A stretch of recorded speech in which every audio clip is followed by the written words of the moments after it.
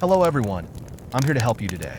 I know you use this video to fall asleep, so before that, like the video and subscribe to the channel. Also, where are you from and what time are you watching? Now get comfortable and relax. Lena Carter had never been particularly fond of the countryside, but as she pulled up the winding, dirt road leading to Graymore, she couldn't deny the weight of nostalgia pressing down on her chest.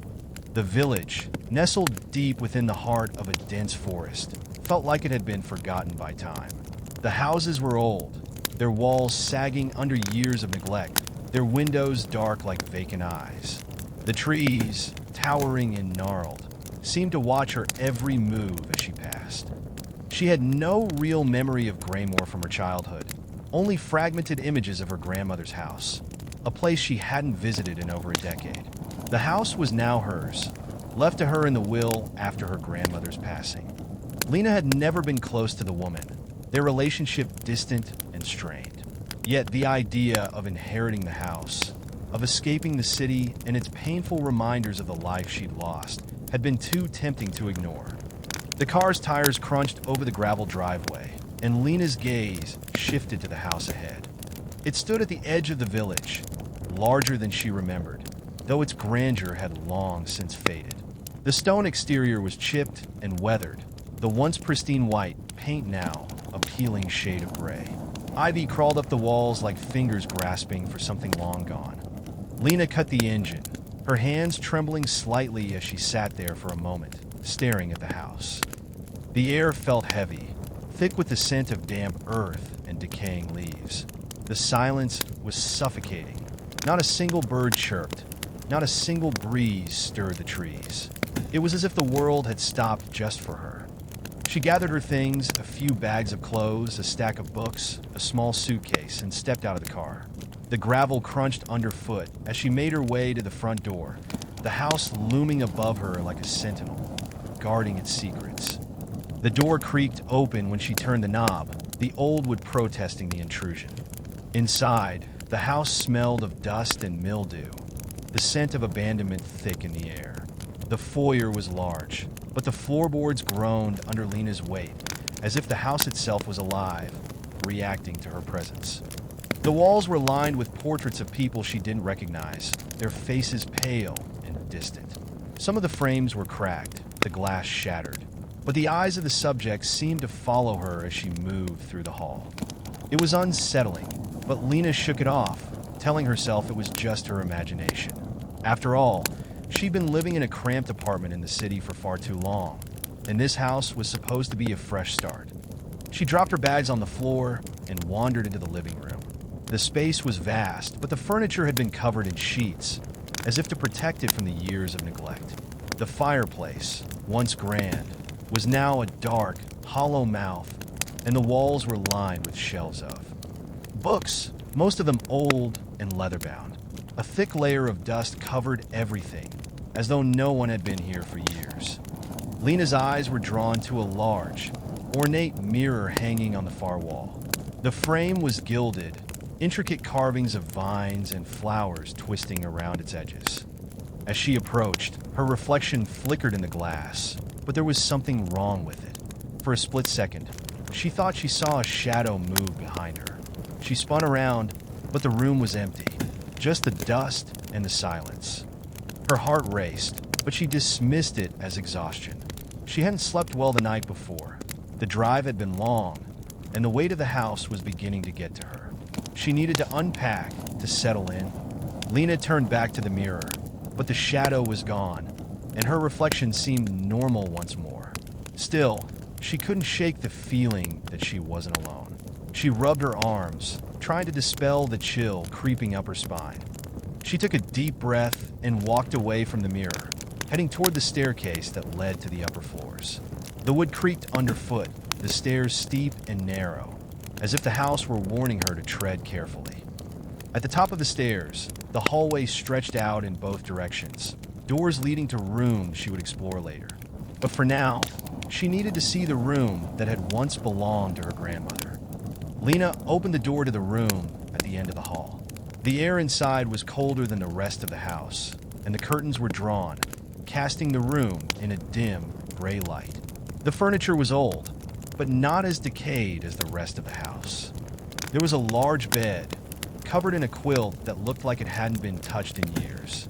A small desk sat by the window, papers and old books scattered across it, and a rocking chair sat in the corner, its wooden frame worn and smooth from years of use.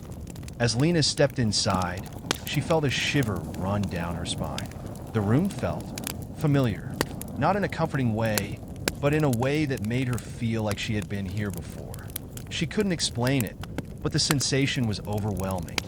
She crossed the room and sat on the edge of the bed, running her fingers over the quilt. It was made of patchwork fabric, each piece different from the last, but they seemed to form a pattern she couldn't quite place. The stitching was old, frayed in some places, but still strong. She wondered if her grandmother had made it herself. Her gaze drifted to the wall opposite the bed, where a large, faded photograph hung in an ornate frame. It was a picture of her grandmother standing in front of the house, but the woman in the photograph looked different. Her eyes were dark, almost black, and her smile was too wide, too knowing. It sent a cold shiver through Lena's body. The door creaked behind her, and Lena spun around, her heart pounding in her chest. But the room was empty. She stood up, her breath shallow, and moved to the door. The house seemed to groan around her, as if it were settling into its bones. The silence was deafening, broken only by the occasional creak of the floorboards beneath her feet. Lena stepped out into the hallway, the weight of the house pressing down on her. She needed to get some rest. Tomorrow, she would explore more, maybe meet the townspeople. But tonight, she just wanted to sleep, to forget the strange feeling that had settled over her. As she made her way back down the stairs, the faintest whisper reached her ears. It was soft, almost imperceptible, but it was there. Lena. She froze, her breath catching in her throat. The house was silent again. She glanced around, but there was no one. No movement, no sign of life. Just the whisper. Her name. Lena stood frozen in the hallway, her heart hammering in her chest. The whisper, soft and fleeting, lingered in the air as though it had been a part of the house all along. She strained her ears, hoping to hear it again, but the silence was suffocating. The kind of silence that felt like it was pressing in on her from all sides, making it harder to breathe. She swallowed hard, trying to shake off the unease that had taken root in her chest. It was probably just the wind, she reasoned. The house was old, the walls thin.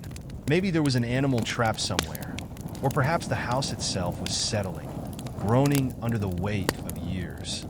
But as she stood there, she couldn't ignore the cold prickling at the back of her neck. The sensation of being watched, of something unseen lingering just out of sight. Taking a deep breath, Lena turned away from the stairs and moved toward the front door. She needed some fresh air, something to clear her head.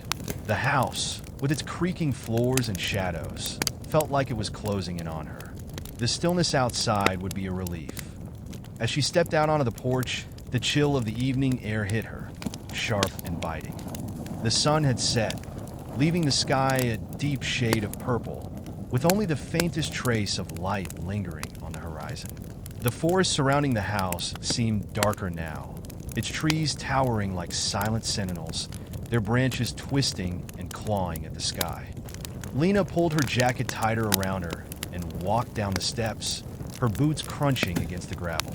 She didn't have a destination in mind, just a vague desire to escape the house, to put some distance between herself and the strange feeling that clung to her. The village of Graymore stretched out before her, small and quiet, with only a few lights flickering in the distance. The streets were narrow, winding between houses that seemed to lean in toward one another, their windows dark and lifeless. It was as if the village itself was holding its breath, waiting for something to happen. Lena wandered down the main road, her thoughts racing. What was happening to her? She had come here to escape, to find some peace, but all she had found so far was unease. The whisper, the strange sensation of being watched, it all felt too much like a dream, like she was trapped in a nightmare that she couldn't wake up from. Her mind drifted back to the photograph in her grandmother's room. The eyes of the woman in the picture had been too dark, too knowing. And the smile, Lena shuddered at the memory. It had been a smile of someone who knew something, someone who was keeping a secret. She stopped walking, her breath visible in the cold air. In the distance, she could see a small building, an old, stone church with a tall steeple that reached into the sky like a finger pointing toward the heavens. The church seemed out of place in Graymore, its Gothic architecture standing in stark contrast to the simple, weathered houses around it. But it was the only building in the village that had any light shining from within. Lena hesitated for a moment, then made her way toward it. She had no real reason to go there, but something about the church called to her. Maybe it was the warmth of the light, or maybe it was the hope that someone might be inside, someone who could answer the questions swirling in her mind. As she approached the church, she noticed a figure standing in the doorway. It was a man, tall and thin, with dark hair and a long coat that billowed slightly in the breeze. He stood perfectly still, as though waiting for her. His face was obscured by shadow, but Lena felt a chill run down her spine as their eyes met. "Can I help you?" His voice was deep, calm, and unsettling in its quietness. Lena hesitated, unsure of what to say. She had never been good at starting conversations with strangers, especially not in places like this, places that felt wrong. But the man's presence was somehow reassuring, as if he were a part of the village, an old fixture in a place that didn't seem to change. "I'm new in town," Lena said, her voice sounding small against the vastness of the night. I needed to get away from the house for a bit." The man nodded slowly, his eyes never leaving hers. "The house," he repeated, as if the word held some weight. "You've come to the right place, then." Lena frowned. "What do you mean?" "The house you're staying in," he said, his voice lowering slightly, as if sharing a secret. "It's not just a house. It's a part of Graymore. And Graymore is a part of it." Lena felt a shiver run through her, but she didn't know if it was from the cold or from the strange way the man spoke. "What do you mean?" she repeated, this time more firmly. The man's gaze softened, and for a moment, it seemed as though he was considering whether or not to speak further. Finally, he said, "You should talk to Caleb Moore. He's the one who knows the history of this place.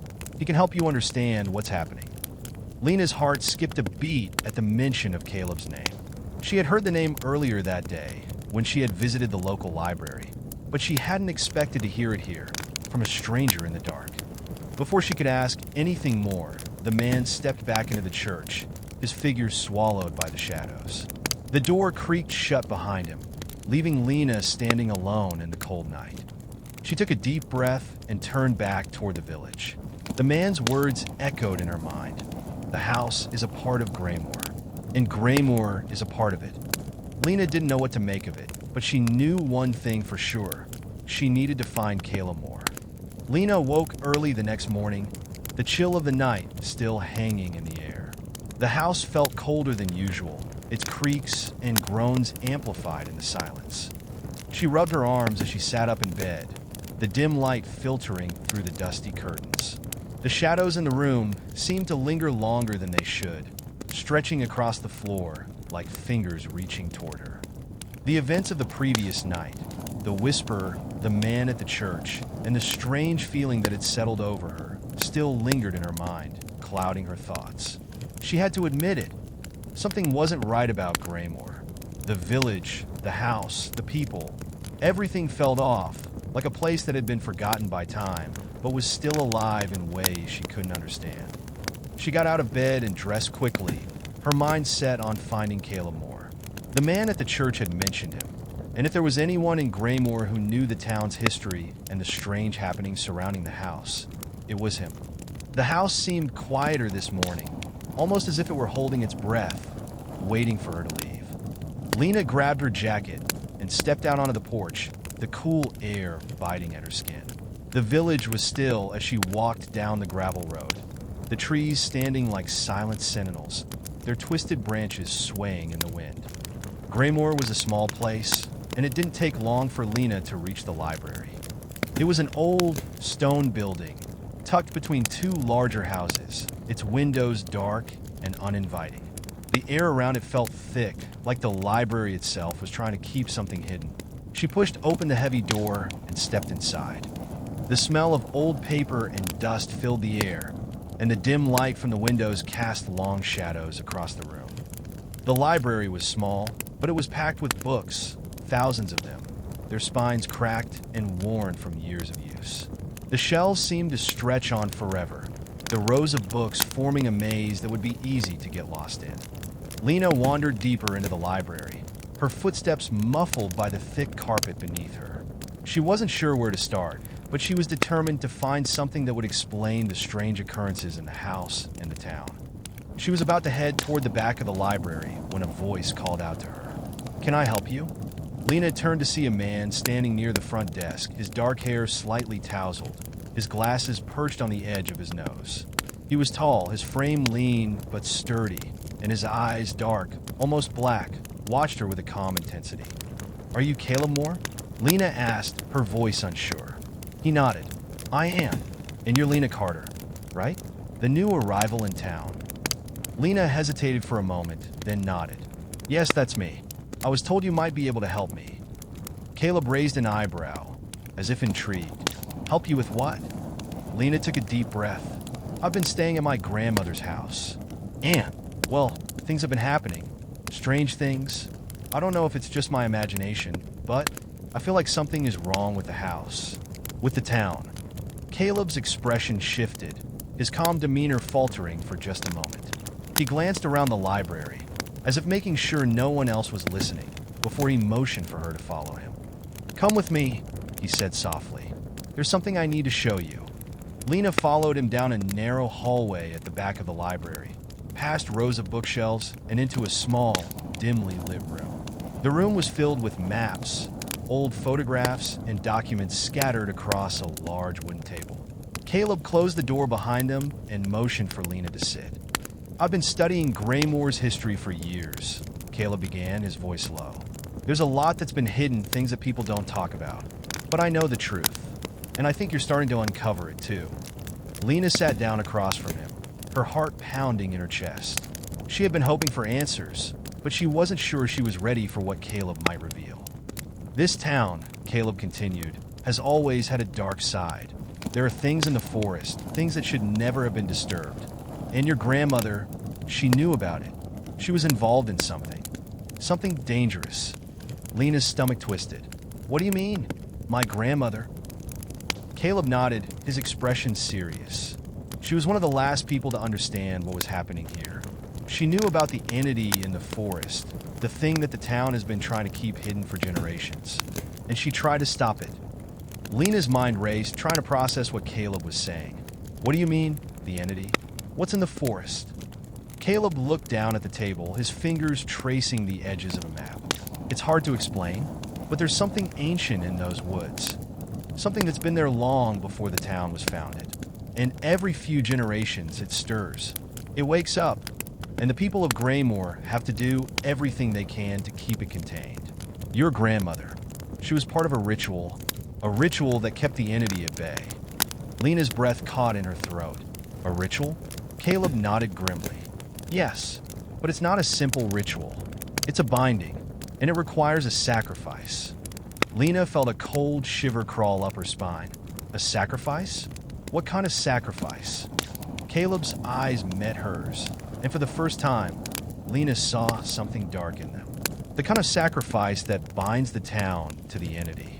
The kind of sacrifice that keeps it from breaking free. Lena's mind was spinning. She had come here to escape, to find peace. But now it seemed like she had walked straight into the heart of something far darker than she could have ever imagined. The whispers, the strange feeling in the house, the man at the church, it was all connected. "Your grandmother tried to stop it," Caleb said quietly, "but she couldn't. And now, the entity is waking up again, and it's looking for something. Or someone." Lena swallowed hard, the weight of Caleb's words settling over her like a cold, suffocating blanket. "What does it want?" Caleb's gaze hardened. "It wants to be free." Lena sat frozen, her mind struggling to catch up with the weight of Caleb's words. The room seemed to close in on her, the air thick and suffocating. She tried to speak, but her voice caught in her throat. "The entity," she whispered, as if saying the words aloud would make it all real. "You're saying it's alive?"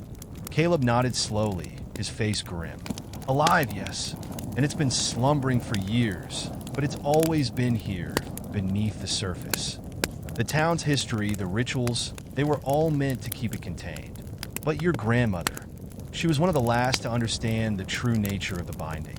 She knew that the entity was growing stronger, that it was only a matter of time before it would break free." Lena's mind was spinning. Her grandmother had been involved in some sort of dark ritual, something that had kept a malevolent force trapped for generations. And now that her grandmother was gone, that force was beginning to stir again. "Why didn't she tell me about any of this?" Lena asked, her voice trembling. "Why didn't she warn me?" Caleb sighed, his eyes dark with regret. "Your grandmother had her reasons. She wanted to protect you. She thought that by keeping you away from Graymore, she could keep you safe. But now that you're here, the entity knows. It's been waiting for someone with your bloodline to return." Lena's heart skipped a beat. "My bloodline?" Caleb nodded. "You're the last of her line, Lena. And the entity has always been drawn to those with the blood of the original founders. It's part of the binding. Your grandmother, and those before her, were the keepers of the ritual. They were the ones who ensured the entity remained dormant. But now, with her gone, the balance is shifting." Lena stood up, pacing the small room, her mind reeling. She had come to Graymore to escape, to find some semblance of peace after the chaos of her life. But now, it seemed like she had walked straight into the heart of something ancient and terrifying. "What can I do?"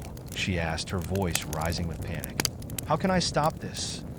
Caleb's gaze softened, but his expression remained somber. "There's only one way to stop it. You have to complete the binding. You have to finish what your grandmother started." Lena's breath caught in her throat. "Complete the binding? But I don't know anything about it. I don't even know where to start." Caleb stood up, his movements slow and deliberate. "Your grandmother left clues. She left a trail for you to follow. You just have to find them." Lena shook her head, her mind clouded with confusion. "I don't even know where to begin. How do I find these clues?" Caleb looked down at the table, where several old books and papers were scattered. He reached for one of the books and opened it to a page marked with a worn ribbon. "This is where you start," he said, handing the book to Lena. "This is a journal your grandmother kept. It contains the details of the ritual, the steps she took to bind the entity. But it's incomplete. There's one last part she never finished." Lena took the book from Caleb, her fingers trembling as she flipped through the pages. The writing was neat and precise, but the words seemed to blur before her eyes. She couldn't focus. The weight of what Caleb had told her was too much to bear. "Why didn't she finish it?" Lena asked, her voice barely above a whisper. Caleb's eyes darkened. She couldn't. The last step of the binding requires a sacrifice. A willing sacrifice. Lena's stomach churned. "A sacrifice?" Caleb nodded. "Yes. The entity feeds on fear, on the life force of those it touches. It's been feeding off the town for generations, but the binding kept it contained. Now the entity wants to break free, and the only way to stop it is to complete the ritual. But it requires someone to offer themselves to the entity, to give up their life, their soul, to keep it bound." Lena's heart raced as she tried to process the horror of what Caleb was saying. "So, you're saying I have to? I have to sacrifice myself to stop this thing?"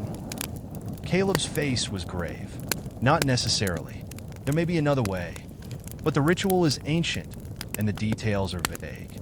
Your grandmother never completed it because she couldn't bring herself to make the ultimate choice. But you might be able to finish it, if you're willing to face the darkness that's been lurking in Graymore for centuries." Lena closed her eyes, trying to steady her breath. The weight of the decision hung over her like a storm cloud. She had come to Graymore to escape, to heal. But now, it seemed like her very presence here had awakened something far darker than she could have ever imagined. "I don't know if I can do this," Lena said, her voice shaking. "I don't even know where to begin." Caleb placed a hand on her shoulder, his touch surprisingly gentle. "You don't have to do it alone. I'll help you." We'll find the answers together. Lena looked up at him, her eyes filled with uncertainty. How do we find the answers? Caleb's eyes flickered with a strange, knowing look. We start by going to the forest. The entity's power is strongest there. If we can uncover what your grandmother left behind, we might have a chance to stop it. Lena swallowed hard, her pulse quickening at the thought of entering the forest. The woods surrounding Graymore were ancient, dark, and filled with secrets. The whispers she had heard in the house, the eerie feeling that had clung to her since her arrival, it all seemed to lead back to the forest. But she knew there was no turning back now. The entity was waking, and if she didn't act, it would destroy everything. She nodded, her voice steadying. Okay, let's go. The air grew colder as Lena and Caleb made their way toward the edge of the forest. The sun had set, and the shadows of the trees stretched long and dark across the ground, their twisted branches swaying like fingers in the wind. The forest seemed to breathe, alive with an unsettling energy that made the hairs on the back of Lena's neck stand on end. Caleb walked ahead, his steps sure and steady, while Lena followed, her heart pounding in her chest. She had never been this deep into the forest before. The path was narrow and overgrown, the underbrush thick with brambles and thorny vines that clawed at her jacket as she passed. The trees loomed overhead, their trunks thick and gnarled, casting eerie shadows that seemed to move with a life of their own. Lena's mind raced as she tried to process everything Caleb had told her. The entity, the binding, the sacrifice, it all felt like something out of a nightmare. And yet, as she walked deeper into the forest, she couldn't shake the feeling that she was being drawn towards something. Something ancient, powerful, and dangerous. The further they went, the more oppressive the atmosphere became. The forest seemed to close in around them, the silence broken only by the occasional rustle of leaves or the distant call of an owl. Lena's breath came in shallow gasps as she tried to steady her nerves, but the weight of the darkness pressing in on her was overwhelming. Are you okay? Caleb's voice broke through her thoughts, and she looked up to see him watching her with a concerned expression. Lena nodded, though she wasn't sure if she was convincing herself or him. I'm fine. It's a little overwhelming. Caleb gave her a small, understanding smile. I know, but we're almost there. Lena swallowed, her throat dry. Where are we going? There's a clearing up ahead, Caleb said, his voice low. Your grandmother left something there. A marker. It's the key to completing the binding. Lena's pulse quickened.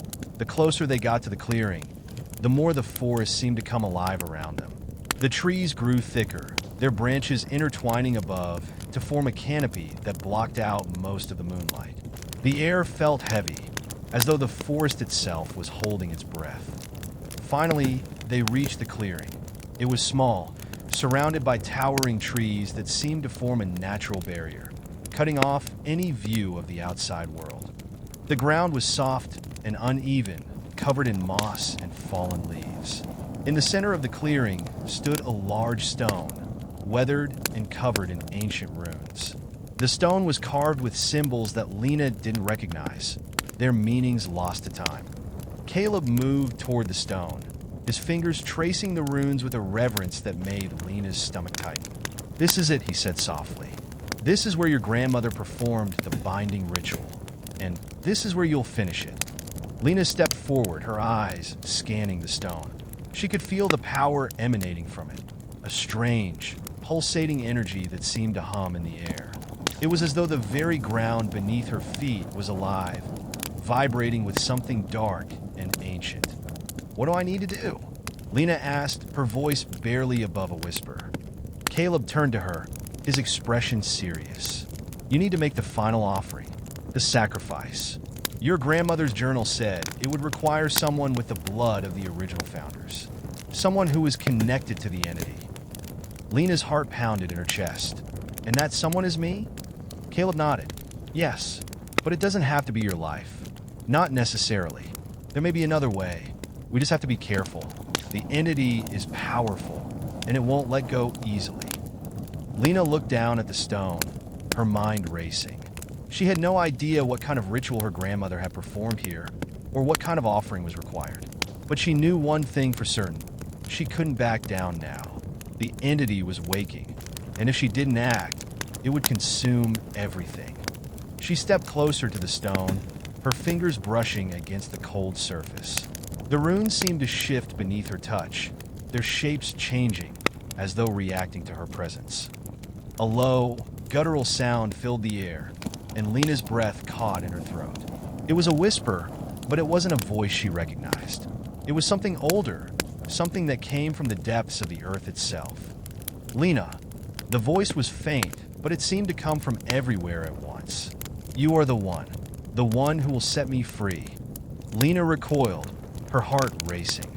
The voice was full of malice, of hunger. She could feel the entity's presence, its power pressing against her, trying to break through the walls she had built in her mind. Caleb stepped forward, his hand resting on her shoulder. It's trying to manipulate you, he said, his voice steady. Don't listen to it. You have to stay focused. Lena nodded, though her body trembled with fear. She had to finish this. She had to stop the entity from breaking free. She took a deep breath and closed her eyes, focusing on the stone beneath her hands. She thought of her grandmother, of the sacrifices she had made, of the love she had given to protect this town. She thought of the people of Graymore, of the village that had been bound to this dark force for so long. And she thought of herself, of the life she had come here to reclaim, the peace she had longed for. And then she spoke. I offer myself, she said, her voice steady despite the fear gnawing at her insides. I offer my blood, my soul, to bind you once again, to keep you from breaking free. The air around her seemed to crackle with energy, the ground beneath her feet trembling. The voice in the darkness hissed in anger, but Lena held her ground. She could feel the entity's power pushing against her, but she refused to let it consume her. A flash of light erupted from the stone, blinding her for a moment. When the light faded, the forest was silent again. The air felt different, thicker, heavier, but somehow calmer. The oppressive weight that had been pressing on her chest seemed to lift, replaced by a strange sense of peace. Lena opened her eyes and looked around. The clearing was still there, the stones still standing in the center, but the air felt different now. The entity had been bound once again, its power contained, at least for now. But Lena knew this wasn't over. The entity would always be there, lurking in the shadows, waiting for the next opportunity to break free. And she would be ready. The air in the clearing was still thick with tension, but something had changed. The oppressive weight that had clung to Lena's chest seemed to have lifted, replaced by an eerie calm. She stood there for a moment, her hands still resting on the cold stone, her breath shallow as she tried to process what had just happened. The entity had been bound once again, but the cost of the ritual lingered in the air, like a shadow that refused to fade. Caleb stepped beside her, his face pale, but his eyes filled with a quiet resolve. He looked at the stone, then back at Lena, his expression somber. You did it, he said quietly, his voice filled with awe. You stopped it. Lena nodded, though she didn't feel the relief she had expected. The forest around her seemed to hold its breath, as if waiting for something. The wind had stopped, and the usual sounds of the woods, the rustling of leaves, the calls of birds, were eerily absent. The silence was deafening. What happens now? Lena asked, her voice barely a whisper. Is it really over? Caleb's gaze hardened, and for the first time, Lena saw the weight of the burden he had been carrying. It's never truly over, he said, his voice low. The entity is bound for now, but it will always be there waiting. The ritual only delays the inevitable.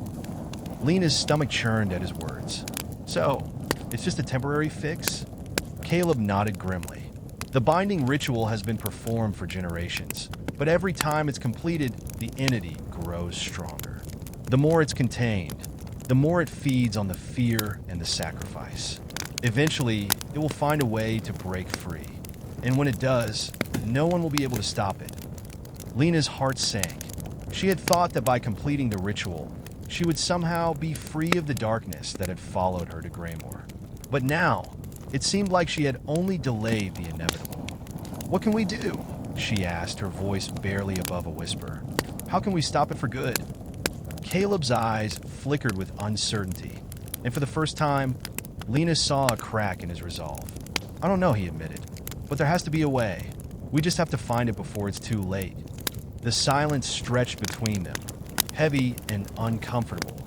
Lena felt a deep sense of unease settle in her chest. She had come to Graymore to escape, to find peace. But now, it seemed like the darkness she had hoped to leave behind had followed her here, wrapping its cold fingers around her heart. We need to go back, Caleb said finally, breaking the silence. The town needs to know what's happened. We need to warn them. Lena nodded, though she wasn't sure how to face the people of Graymore. They had no idea what had been happening in the forest or what she had just done. She had always thought of Graymore as a quiet, peaceful town, a place where nothing ever changed. But now, she realized that everything had been hiding in plain sight, a darkness that had been buried for generations. As they made their way back through the forest, Lena couldn't shake the feeling that something was wrong. The air still felt heavy, like the forest was holding its breath, waiting for something. The silence was unnerving, and every step she took seemed to echo in the stillness. When they finally emerged from the trees and stepped back onto the road leading into Graymore, the first light of dawn was breaking over the horizon. The village was quiet, its houses shrouded in mist. The streets were empty, the only sound the soft rustling of the wind through the trees. Lena looked at Caleb, her eyes filled with uncertainty. What now? Caleb paused, his gaze distant. Now we wait. The binding will hold for a time, but we need to find out more about the entity. We need to understand its origins, its weaknesses. We can't keep it contained forever. Lena nodded, but her mind was already racing. There had to be more to the story, more that Caleb wasn't telling her. The journal her grandmother had left behind, the clues hidden in the town, there was something important she was missing. But as she turned toward the village, a sudden chill ran down her spine. A figure stood at the end of the street, silhouetted against the mist. Lena's breath caught in her throat. She couldn't see the person clearly, but she could feel their presence, dark, watching, waiting. Caleb, she whispered, her voice shaking. Do you see that? Caleb turned, his eyes narrowing as he scanned the street. What are you talking about? The figure was gone. Lena blinked, and in that brief moment, the figure had vanished, as if it had never been there at all. She shook her head, unsure if she had imagined it. But the feeling lingered, like a cold hand pressing against her chest. I swear I saw someone, she said, her voice trembling, standing at the end of the street. Caleb frowned, but his expression was unreadable. It's probably just the stress, he said, his tone dismissive. You've been through a lot tonight. We both have. But Lena couldn't shake the feeling that something was watching her, waiting. Something was still out there, something that had not been fully contained by the ritual. As they walked deeper into the village, Lena couldn't help but feel that the true horror of Graymore was just beginning. The entity was bound, yes, but it was far from defeated. And whatever had been watching her in the mist, whatever had been waiting, was still out there. The silence of the village felt heavier now, as though it was holding its breath, waiting for the next chapter of this dark tale to unfold. The village of Graymore had always been quiet, but now, every creak of the old buildings, every whisper of the wind felt like a warning. Lena walked alongside Caleb, her eyes darting nervously at the fog that hung low over the cobblestone streets. The village, which had once seemed like a place of refuge, now felt like a trap. Every corner, every shadow seemed to conceal something lurking just beyond her vision. Maybe I imagined it, Lena muttered, more to herself than to Caleb, but the nagging feeling in the pit of her stomach wouldn't go away. The figure at the edge of the street had felt too real, too tangible, as though it were part of the very fabric of Graymore itself. Caleb glanced over at her, his expression unreadable. You're probably just tired. The ritual, it's a lot for anyone to process. Lena nodded, but couldn't shake the feeling that something was wrong. The entity had been bound, but it hadn't been destroyed. The ritual had only delayed the inevitable, and she knew that whatever had been watching her in the fog was connected to it. The streets were still eerily quiet as they walked toward the town square, where the large clock tower loomed above them, its hands frozen at midnight.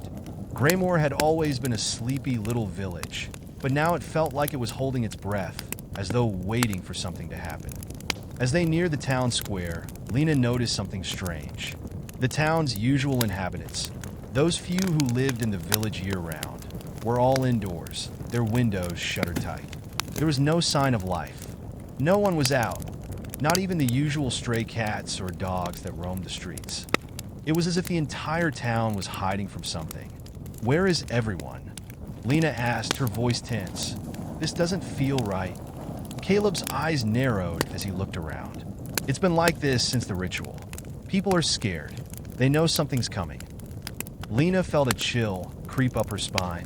What do you mean? Are they afraid of the entity? Caleb hesitated before answering. Some of them are, but there's more to it. The village has always had its secrets. There's a reason the entity was able to take root here.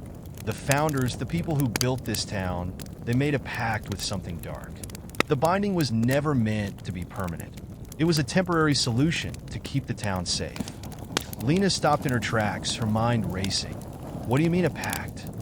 Caleb looked around, as if checking to see if anyone was listening, then lowered his voice. The founders of Graymore didn't just seal the entity away.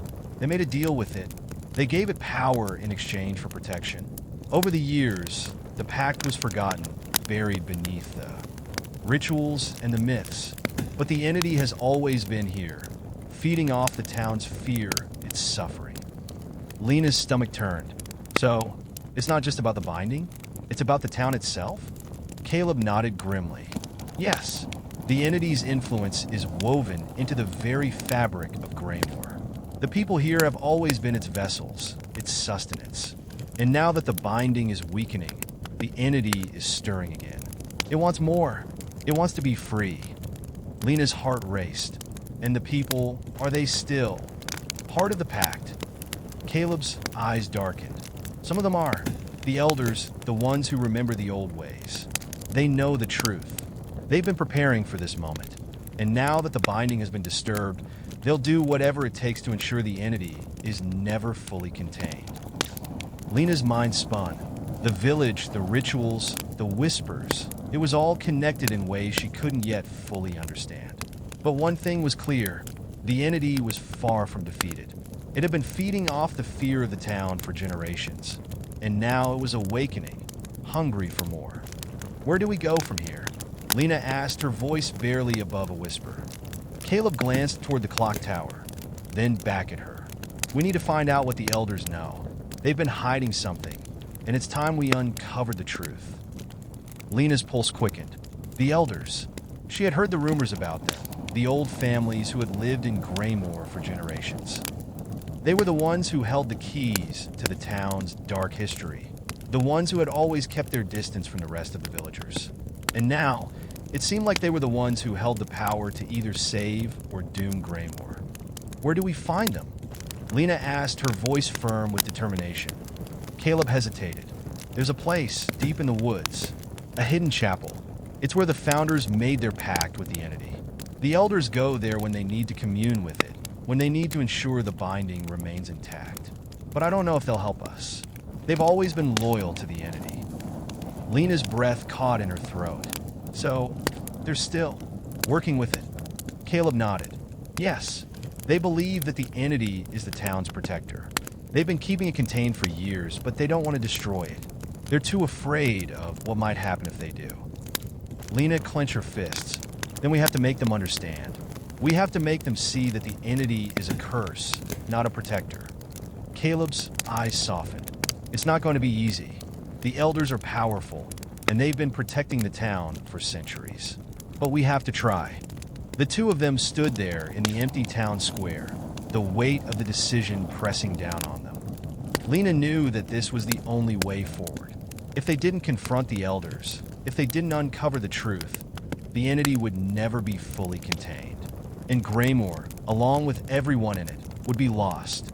But as they turned to head toward the woods, a strange feeling washed over Lena.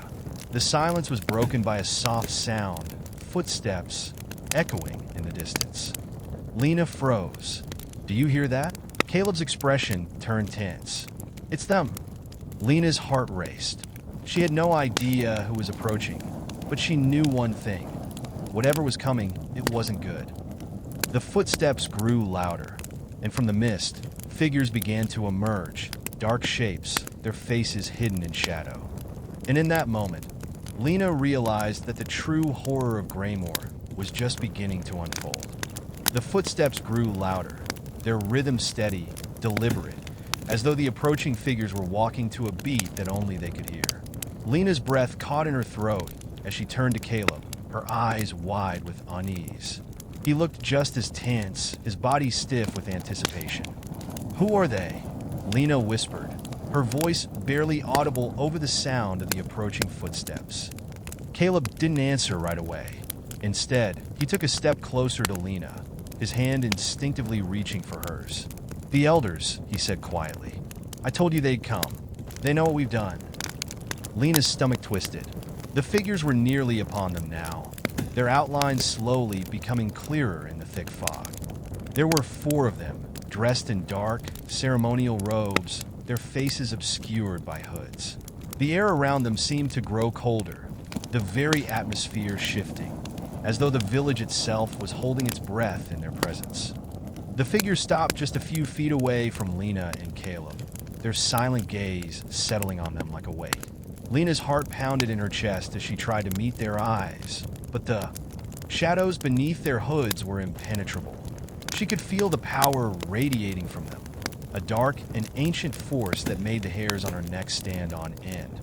"You've disturbed the balance," one of the elders said, his voice deep and hollow, echoing in the stillness of the village square.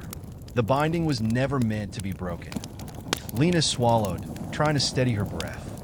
"We didn't break it," she said, her voice shaking but firm. "We just delayed it.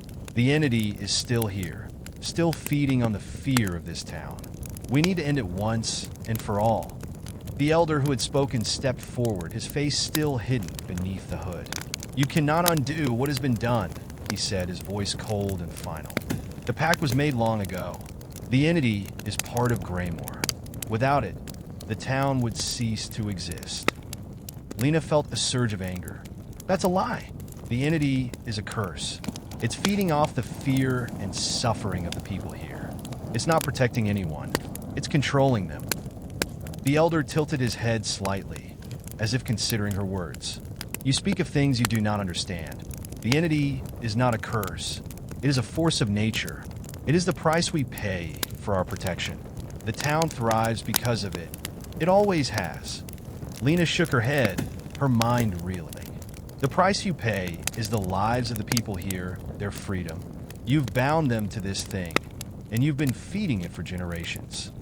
The elder's gaze darkened, and for a moment, Lena thought she saw a flicker of something in the depths of the hood, something ancient, something malevolent.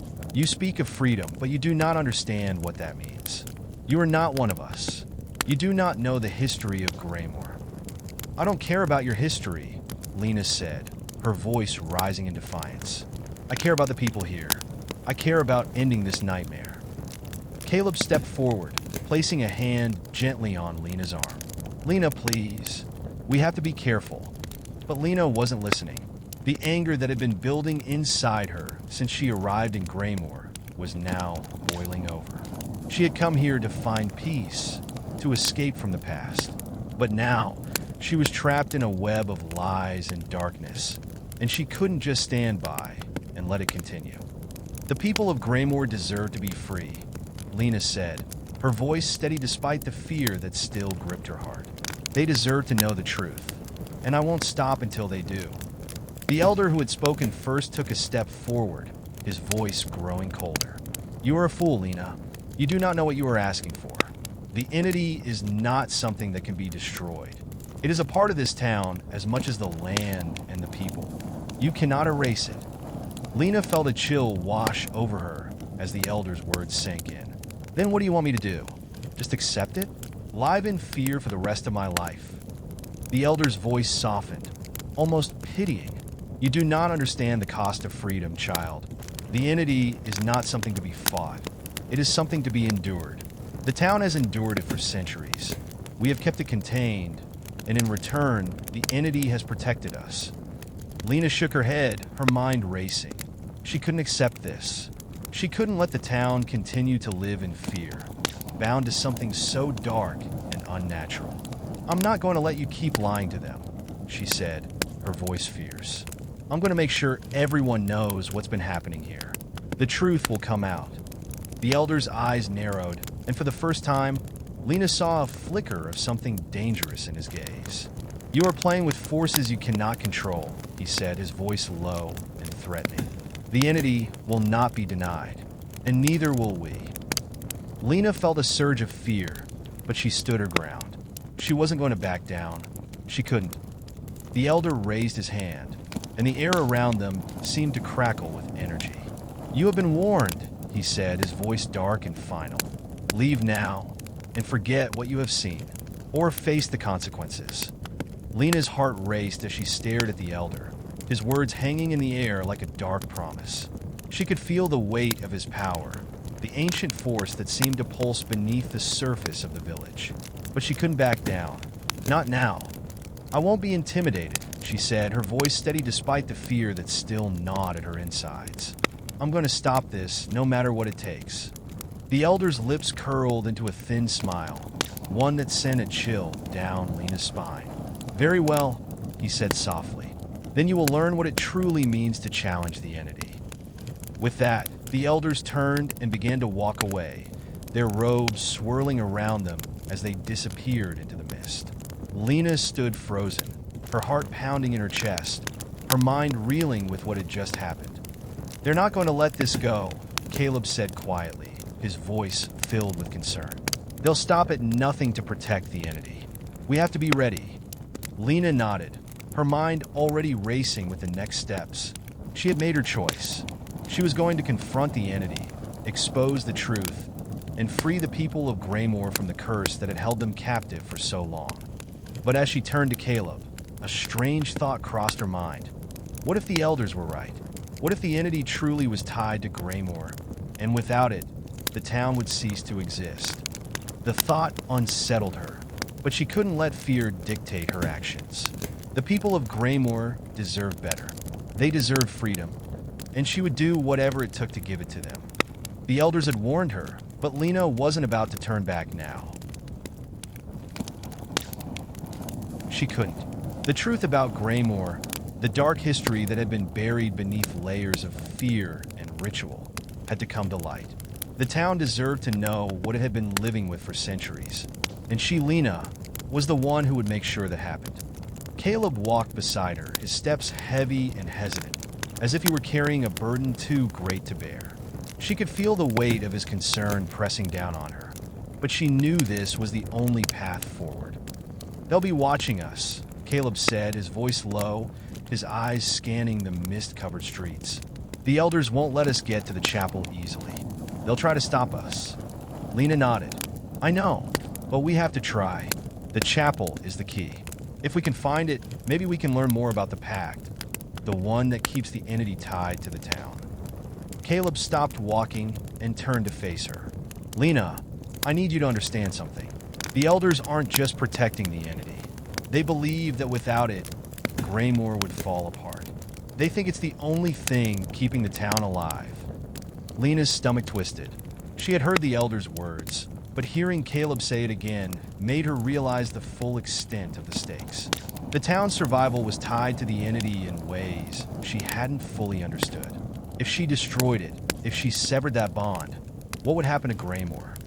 But even with that knowledge, she couldn't let the fear and suffering continue.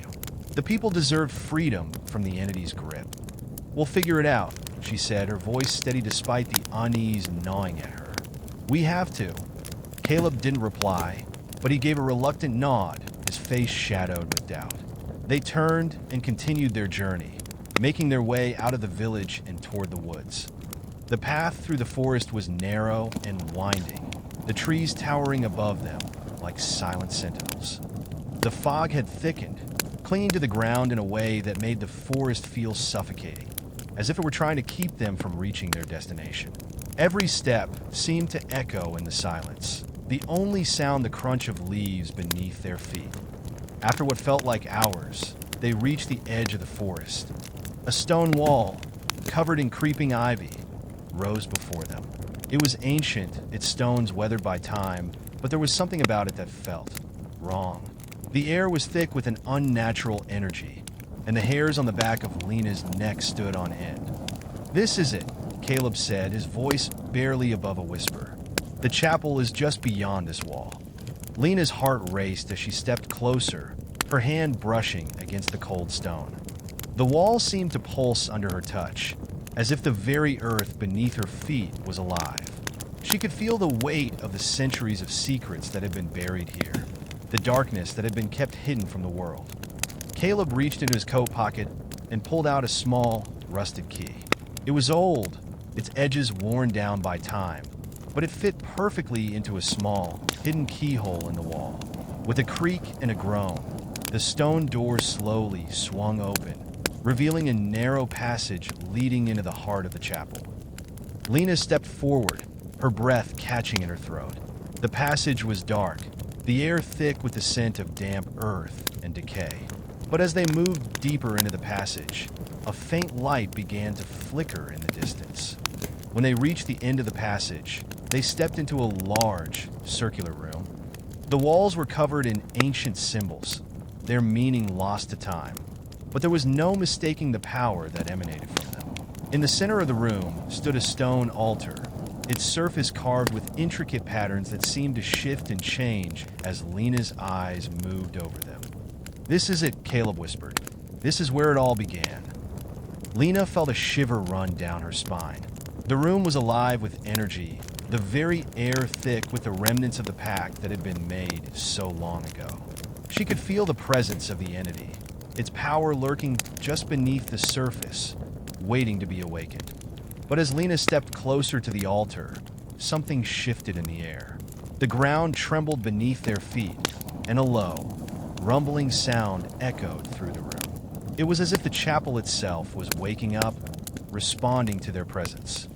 "We need to be careful," Caleb warned, his voice tight with fear. "The elders will have set traps to protect this place." Lena nodded, her heart pounding. She wasn't sure what kind of traps Caleb was talking about, but she could feel the danger in the air. The room was charged with dark energy, and the closer they got to the altar, the more oppressive it became. As they reached the altar, Lena noticed something strange. There was a small, ornate box sitting atop it, its surface covered in dust. It seemed out of place, like it didn't belong in this ancient, forgotten chapel. Caleb hesitated, his eyes flicking nervously toward the box. "What is that?" he asked, his voice barely above a whisper. Lena reached out, her fingers brushing against the cool surface of the box. The moment her skin made contact, the room seemed to shift, the air growing colder, heavier. She opened the box with trembling hands, revealing a small, faded piece of parchment inside. The words written on the parchment were in an ancient script, one that Lena couldn't recognize. But as she studied the symbols, something in the back of her mind stirred. She knew this language. She had seen it before, back in the journal her grandmother had left behind. "This is it," Lena said, her voice barely audible. "This is the key to ending the pact." Caleb stepped closer, his eyes wide with disbelief. "Are you sure?" Lena nodded, her heart racing as she carefully examined the parchment. "This is the ritual to sever the bond. If we can perform it, we can destroy the entity once and for all."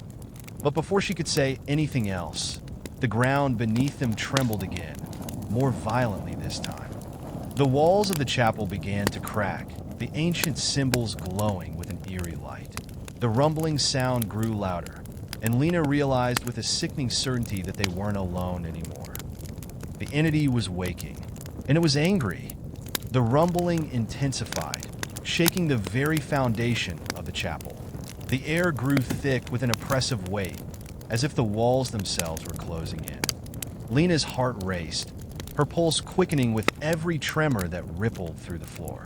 She clutched the parchment tightly in her hands, her fingers shaking with the realization of what she had just uncovered. The symbols on the walls began to glow, their intricate patterns shifting and swirling like living things. The faint light from the altar flickered and dimmed, replaced by an eerie, otherworldly glow that seemed to come from within the very stone of the chapel. Caleb's eyes were wide with terror. "Lena, we need to get out of here. Now!" But Lena couldn't move. She was rooted to the spot, her gaze fixed on the parchment in her hands. The ritual, it was the key to breaking the pact, to severing the bond between the entity and the town. But now, with the entity stirring, the question was no longer about how to break the pact. It was whether they could survive long enough to do it. The ground trembled again, more violently this time. Dust and debris rained down from the ceiling, and the stone altar cracked down the middle, splitting apart with a deafening sound.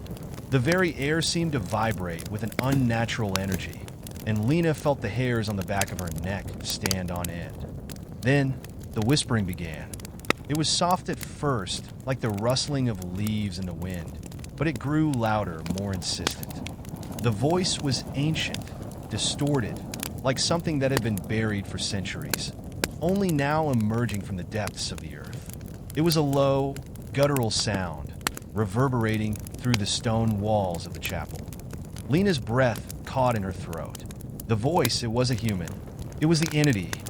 "You should have never come here," the voice hissed, its tone dripping with malice.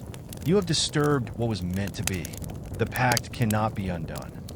Lena's hands tightened around the parchment. "I'm not afraid of you," she shouted, her voice shaky but defiant. "I will end this. I will free this town." The voice laughed, a sound that chilled Lena to her very core. It was a cruel, mocking laugh, full of ancient rage. "You are nothing but a fool, girl. You cannot destroy what has existed for centuries. You cannot sever the bond between Graymore and me." The air around them crackled with energy, and the room seemed to warp, the walls bending and twisting like they were made of liquid. The symbols on the walls began to pulse, glowing brighter with each passing second, until they were blinding, searing through Lena's vision. "Leave now, while you still can," the entity growled, its voice growing louder, more powerful. "Or face the consequences." Lena took a step back, her heart pounding in her chest. She had known this would be dangerous. She had known that breaking the pact would come with a price. But now, standing in the heart of the chapel, with the entity's power pressing down on her, she realized just how much she had underestimated it. "We can't stop now," Lena said, her voice barely above a whisper. She turned to Caleb, her eyes filled with determination. "We have to finish what we started." Caleb looked at her, his face pale with fear, but there was something else in his eyes, something like admiration or perhaps resignation. He nodded slowly, his hand reaching for hers. "Okay, let's do it." Lena took a deep breath, holding the parchment in front of her. She could feel the weight of the ritual, the power of the words that had been written so long ago. This was it, the moment of truth. She stepped forward, placing the parchment on the altar, and began to chant the words, her voice trembling at first, but growing stronger with each syllable. The symbols on the walls began to pulse in time with her words, and the room seemed to vibrate with the force of the ritual. But the entity wasn't going to let them succeed so easily. The ground beneath them cracked open, and a deep, guttural growl echoed through the chapel.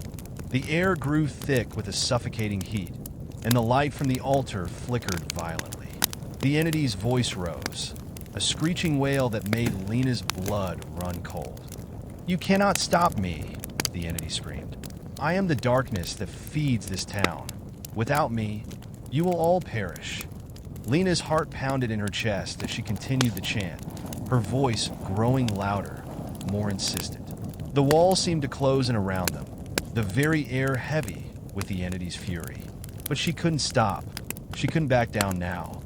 The symbols on the walls began to shift and distort, the energy in the room growing more chaotic with each passing second. The ground trembled again, and Lena felt the chapel itself begin to crumble, the stone walls cracking and splitting apart. Suddenly, a massive force slammed into her, knocking her off her feet. She gasped for air, her vision spinning as the world around her seemed to warp and distort. The entity's power was overwhelming, suffocating, like a dark storm closing in. But in the midst of the chaos, Lena's voice never faltered. She continued the chant, her words rising above the entity's roar, louder and more powerful than ever before. She could feel the energy building, the ritual taking shape, the power of the words working their way into the very heart of the chapel. And then, with a deafening crash, the walls of the chapel exploded. A blinding light filled the room, the force of the explosion throwing Lena and Caleb to the ground. The air was thick with dust and debris, and Lena could barely see through the haze. She felt a sharp pain in her side, but she pushed it aside, forcing herself to her feet. Through the smoke and rubble, she saw a figure rising from the center of the altar. It was a shadow, a dark, twisted shape that seemed to flicker and writhe like smoke in the wind. The entity. It was no longer just a presence. It was real, tangible, and it was staring directly at her. "You think you could destroy me?" The entity hissed, its voice filled with rage. "You think you can break the pact?" Lena's heart pounded in her chest as she took a step forward. She could feel the power of the entity, its malevolent force pressing down on her. But she refused to back down. This was it. This was the moment she had been fighting for. With one final, desperate breath, Lena raised her hands and completed the chant. The room erupted in a blinding light, and the entity let out a final, earth-shattering scream. And then, all was silent. The silence that followed the entity's final scream was deafening. Lena stood frozen, her heart pounding in her chest, her breath coming in shallow gasps. The air around her was thick with dust, the chapel now a ruin, its once grand walls shattered and crumbling to the ground. The altar, the center of the ritual, was nothing more than a pile of rubble.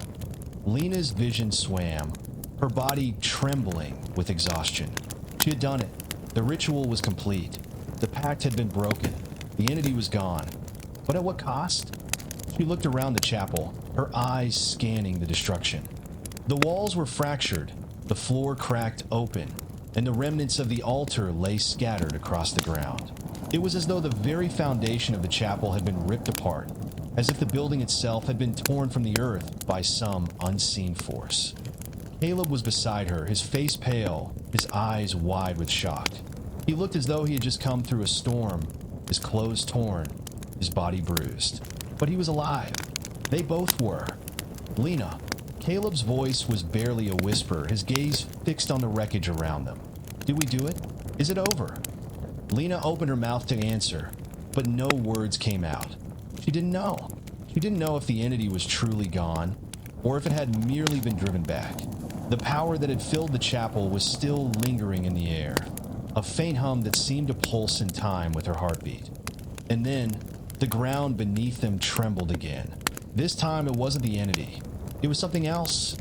Lena's heart skipped a beat as she felt the earth shift beneath her feet. The tremor was strong, but not violent, more like the deep, rhythmic pulse of something awakening from a long slumber. The air around them seemed to hum with a strange energy, one that was both familiar and alien. "Lena, what's happening?" Caleb asked, his voice trembling. Lena didn't know. She had thought they had broken the bond, thought they had severed the connection between the entity and Graymore. But now, with the ground trembling beneath her feet and the air thick with power, she wasn't so sure. The hum grew louder, the vibrations beneath the chapel intensifying. And then, from the rubble of the altar, something began to emerge. A figure. It was tall, its form shadowed and indistinct. But as it rose from the wreckage, Lena could feel its presence, its power. It was the same energy that had filled the chapel earlier, but now it was different. It was no longer the oppressive, malevolent force of the entity. It was something else entirely. Lena's breath caught in her throat as she took a step back, her heart racing. What was this? Was it the entity returning? Had they failed? The figure stepped forward, and as it did, the shadows seemed to part, revealing a face, one that was not entirely human. It was pale, its skin smooth and featureless, save for two dark, hollow eyes that seemed to pierce through Lena's very soul. Its mouth was a thin, twisted line, and as it moved closer, Lena could feel the weight of its gaze, as though it was studying her, trying to understand her. "Lena," Caleb whispered, his voice trembling with fear. "What is that thing?" Lena couldn't answer. She didn't know, but she could feel its power, its presence, like a dark cloud that surrounded them, pressing in from all sides. The figure's voice was soft, almost gentle, but there was an underlying coldness to it. "You have broken the pact," it said, its voice carrying an ancient weight. "But in doing so, you have freed something else. Something that was never meant to be freed." Lena's blood ran cold. "What do you mean? What did we release?" The figure tilted its head slightly, its hollow eyes narrowing. "You have released the town's true protector. The entity was never the true force that held Greymore together. It was merely a vessel, a conduit for something far older, far more powerful." Lena's mind raced. "The true protector? What are you talking about?" The figure's lips curled into a faint, eerie smile. "The pact was never about the entity. It was about the power that lies beneath Greymore. The entity was merely a guardian, a keeper of the town's true essence. But now, that essence has been set free, and with it, the true power of Greymore has returned." Lena felt her stomach churn. "What is it? What is this power?" The figure stepped closer, its presence overwhelming. "You will see soon enough," it said cryptically. "But be warned, Lena, the balance has been disrupted. The town will change, and you will be the one to face the consequences." Lena opened her mouth to speak, but before she could say anything, the figure's form began to dissolve, its body fading into the air like mist. The hum in the chapel began to fade as well, the strange energy dissipating, leaving only silence in its wake. Lena stood there, stunned, her mind reeling with the implications of what had just happened. The entity had been a guardian, a vessel, and now something else had been released, something far more ancient and powerful. She turned to Caleb, her voice barely a whisper. "What does it mean? What did we unleash?" Caleb shook his head, his face pale with fear. "I don't know, but I think we've only just begun to understand the true cost of what we've done." Lena's heart sank. The entity had been destroyed, but in doing so, they had awakened something far darker, something far more dangerous. And the worst part was she didn't know if they could stop it. The chapel was silent now, save for the distant echoes of their breathing. Lena stood in the rubble, her mind racing with the implications of what had just transpired. The figure that had emerged from the altar, whatever it was, had made it clear that they had unleashed something far more dangerous than the entity they had intended to destroy. Caleb stood beside her, his face pale and drawn, his eyes flicking nervously around the ruins of the chapel. "What do we do now?" he asked, his voice strained.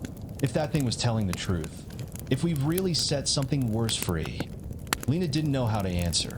She had thought she was freeing Greymore from its curse, but now it seemed as though she had only opened the door to something far more terrifying. The figure's words echoed in her mind. The true power of Greymore has returned. What did that mean? What was this ancient force that had been sealed beneath the town for centuries? She looked down at the parchment in her hands, the words of the ritual still scrawled across it. Had they misinterpreted something? Had they failed to understand the full extent of what they were dealing with? "I don't know," she whispered, more to herself than to Caleb. "But we can't just leave it like this. We need to find out more. We need to understand what we've released." Caleb nodded, his expression grim. "Then we'll find a way to stop it. Whatever it is, we have to." Lena took a deep breath, steadying herself. They had come this far. They couldn't stop now. The stakes were too high. Greymore was their home, and she couldn't let it fall to whatever ancient force had been unleashed. But as they turned to leave the chapel, the air grew colder. A sudden chill swept through the ruins, and the ground beneath their feet seemed to shift. The walls, once cracked and broken, seemed to pulse with an unnatural energy. The faint hum from before was back, but this time it was louder, more insistent. Lena felt a cold hand grip her heart as the shadows in the chapel seemed to stretch and twist, as if they were alive, reaching out for her. She looked around, her breath catching in her throat. The chapel was no longer just a place of ruin. It was changing, warping, as though it were being reshaped by the very force that had been released. And then she saw it. In the far corner of the chapel, a figure emerged from the shadows. It was tall, its form indistinct, like a silhouette against the darkened walls. Its eyes were glowing faintly, a dull, sickly yellow that seemed to pierce through the darkness. It was the same figure that had spoken to them before, but now it was different, more solid, more real, as if it had fully manifested from the shadows themselves. Lena froze, her heart pounding in her chest. "It's back," she whispered. Caleb's grip on her arm tightened, his voice low and fearful. "What is it? What does it want?" The figure's hollow eyes locked onto Lena, and it stepped forward, its movement smooth and fluid, like a shadow moving across the floor. "You have awoken me," it said, its voice a low rasp that sent chills down Lena's spine. "And now, you will understand the price." Lena took a step back, her breath catching in her throat. "What do you want from us?" The figure's lips curled into a faint, twisted smile. "I want nothing from you, child. You have already given me what I need. The town's essence is mine now, and soon, Graymore will be mine as well." The ground trembled again, and the walls of the chapel groaned, as if the very structure of the place was bending under the weight of the entity's presence. The shadows in the room seemed to grow longer, darker, stretching toward them like tendrils reaching for prey. Lena's mind raced. The town's essence. Graymore will be mine as well. What did it mean? What was this entity, and what did it want with Graymore? "I don't understand," Lena said, her voice shaking. "What is Graymore to you?" The figure's eyes glowed brighter, and it took another step forward. "Graymore is the key," it said, its voice growing darker, more menacing. "It has always been the key. The town is built upon a foundation of power, a power that you have just unleashed. The entity you destroyed was merely a vessel, keeper. But I am the true force that has been bound to this place for centuries." Lena felt a surge of terror flood her chest. You were the one keeping the town alive?" she whispered. The figure's smile widened, its hollow eyes gleaming with a terrible hunger. "I am the one who sustains Graymore. I am the one who has kept it from falling into ruin. And now, you have freed me." The air around them seemed to grow heavier, as if the very atmosphere was charged with dark energy. The shadows seemed to close in, creeping along the walls, the floor, the ceiling. Lena could feel them pressing against her, suffocating her, as if the very space was being consumed by the entity's power. "You've made a terrible mistake," the figure continued, its voice a cold whisper. "Now, the town will suffer the consequences, and you, Lena, will be the one to witness its downfall." Lena's heart raced as she tried to steady herself. She couldn't let this happen. She couldn't let Graymore fall into the hands of this thing. But what could she do? She had already tried to destroy it, and now it was stronger than ever. "We have to stop it," she said to Caleb, her voice barely above a whisper. "We have to find a way to reverse this." Caleb's eyes were wide with fear, but there was a spark of determination in them as well. "We will, but we need to act fast. I don't think we have much time." The figure's laughter echoed through the chapel, a hollow, mocking sound. "Time? You think you have time?" it sneered. "Time is a luxury you no longer possess." And with that, the shadows seemed to surge forward, enveloping them both in a wave of darkness. Lena gasped, her body freezing as the cold shadows wrapped around her, pulling her into the blackness. She tried to scream, but the sound was swallowed by the darkness, her voice lost in the void. And then, just as quickly as it had come, the darkness receded. Lena blinked, disoriented, her breath coming in short, panicked gasps. She was no longer in the chapel. Instead, she found herself standing in the middle of Graymore's main street, the town eerily silent around her. The fog had thickened, and the air was heavy with a sense of foreboding. The streets were empty, the houses dark. It was as though the town itself had fallen into a deep, unnatural slumber. And then from the shadows, she saw it. The figure. It was standing at the end of the street, its glowing eyes fixed on her.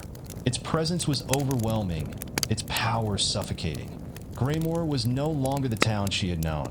It was something else now, a place ruled by the darkness that had been set free.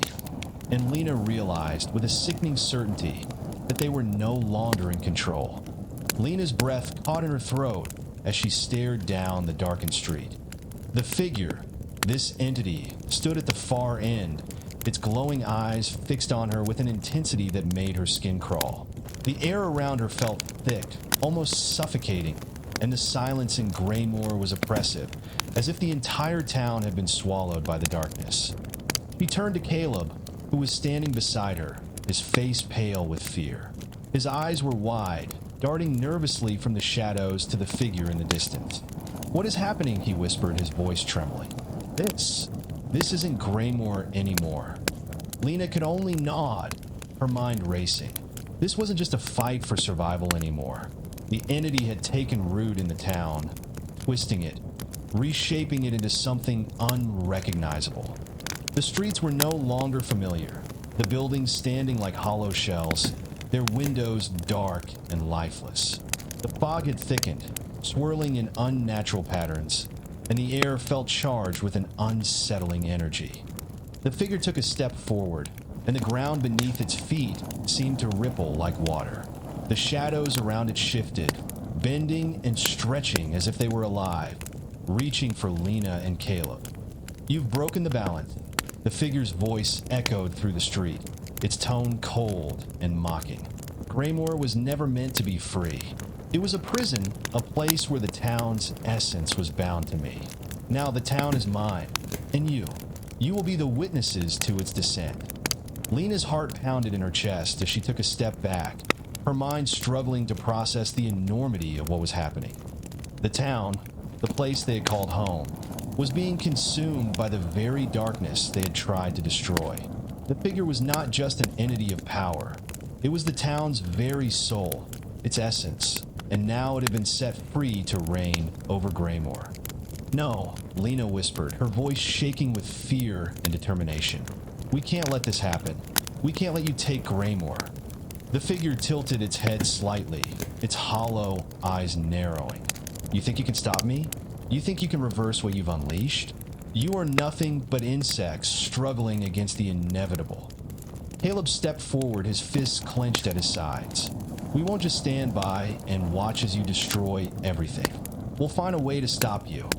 The figure's lips twisted into a cruel smile. "You can try, but you will fail. The town has already begun to change. It is mine, and soon. So will you be." Lena's mind raced. The figure had said that Graymore's essence was bound to it. If that was true, then there had to be something, some way, to sever the connection, to stop the town from falling completely under its control. But how?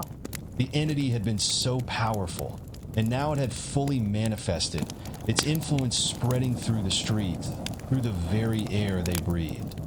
She glanced around, searching for any sign of hope, any clue that might help them understand how to fight back.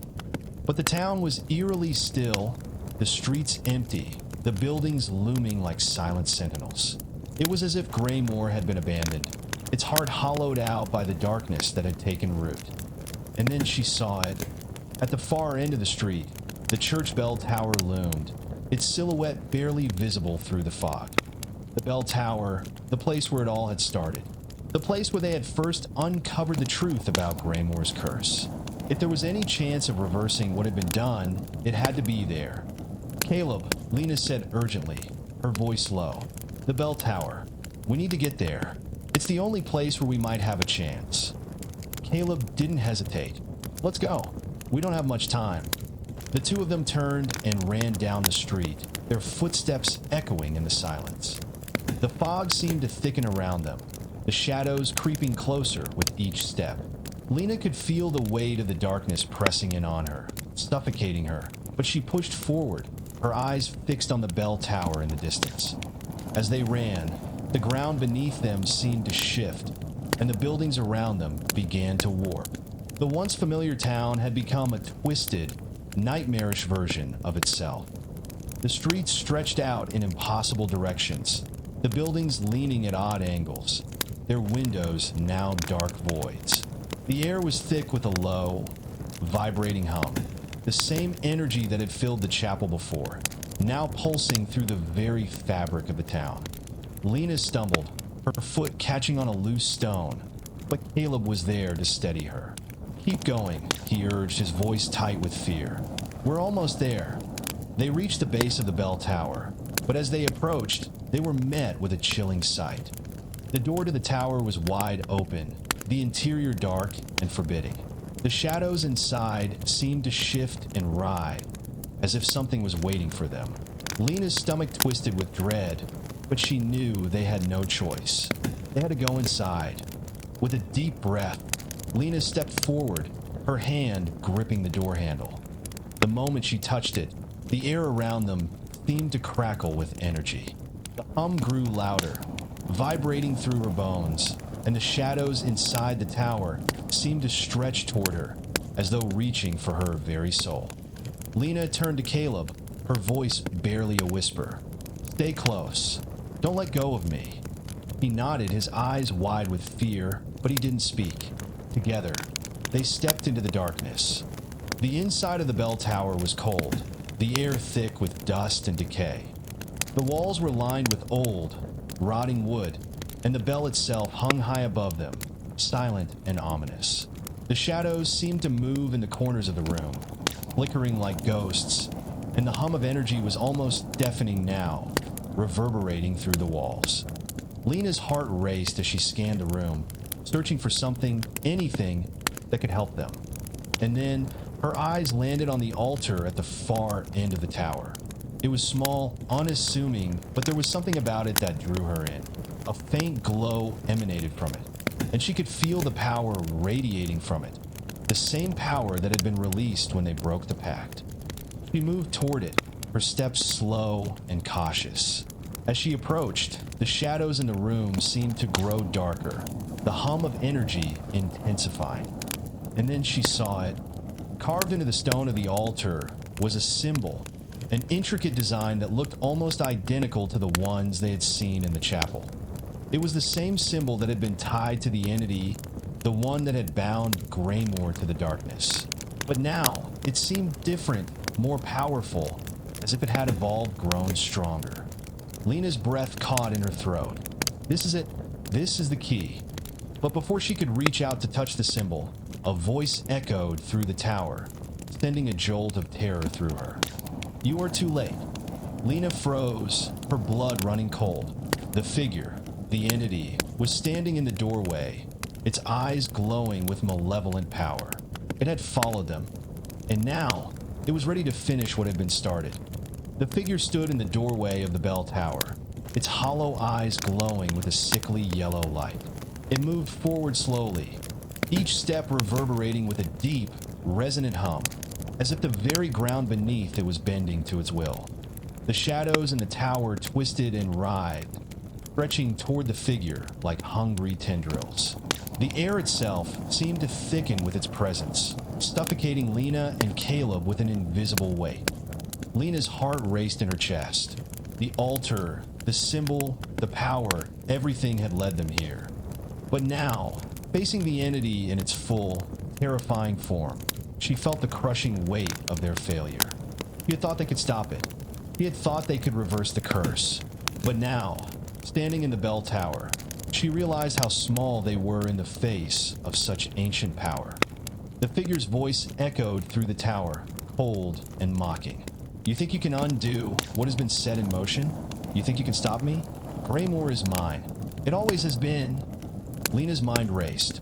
There had to be a way. The altar, the symbol, it had to be connected to the town's essence, to the force that had been bound here for centuries. But how could they sever the bond? How could they fight something so old, so powerful? "We won't let you take it," Caleb said, his voice shaking but resolute. He stepped forward, his eyes locked on the figure. "We'll stop you. We'll find a way." The figure tilted its head slightly, as though it were amused. You cannot stop what has already begun. You are but children playing at forces far beyond your understanding.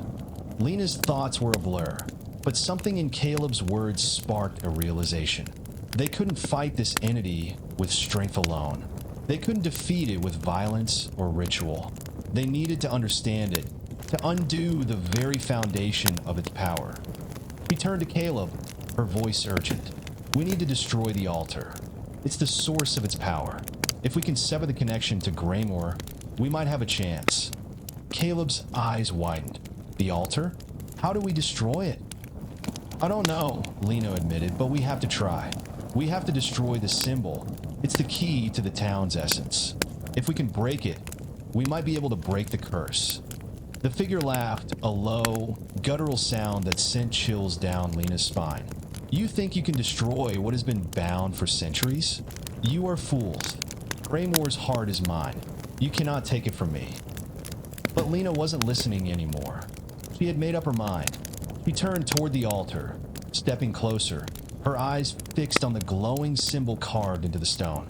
The hum of power was deafening now, vibrating through the air, through her bones.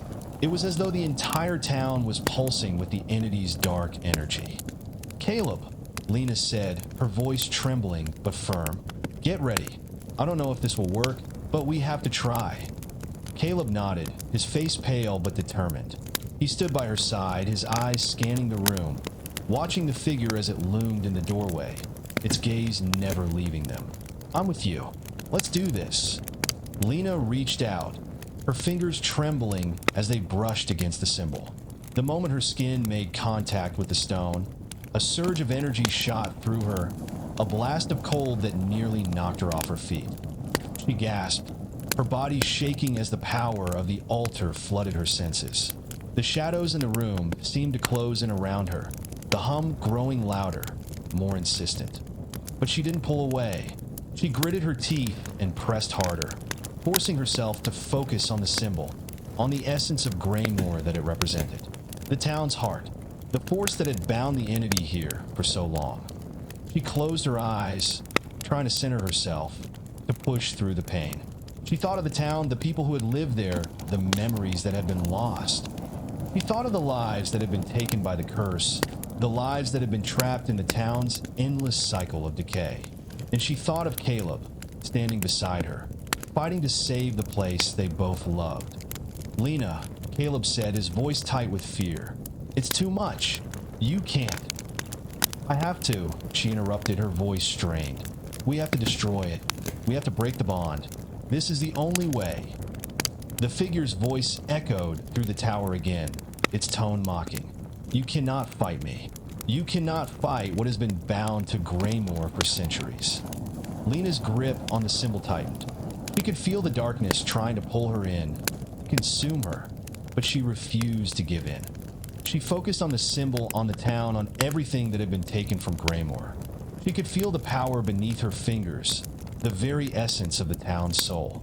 It was alive, pulsing with energy, but it was also fragile, like a thread ready to snap. And then, with a final, desperate push, Lena forced her will onto the symbol. It was a blinding flash of light, so intense that it burned into her vision. The hum of power reached a deafening crescendo, and for a moment, everything seemed to freeze in time. The shadows in the room recoiled, and the figure in the doorway let out a terrible, guttural scream, its form flickering like a flame in the wind. Lena's body was slammed back, and she fell to the ground, gasping for breath. The light slowly faded, and the hum of energy began to die down. She blinked, disoriented, and looked up to see. The altar before her still intact, but the symbol had vanished. The power that had once pulsed through was gone. The figure stood motionless in the doorway, its glowing eyes dimming. Its form was flickering, as though it were losing its substance, fading away like smoke.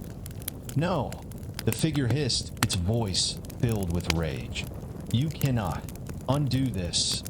But the words were growing weaker, and the figure's form was starting to crumble, as if the very essence of its being was unraveling. Lena staggered to her feet, her heart pounding in her chest. She turned to Caleb, who was standing by her side, his face full of disbelief. Did we do it? Caleb's voice was barely a whisper. I think we did. The figure let out one final, anguished scream, and then, with a violent burst of energy, it collapsed in on itself, vanishing into the shadows.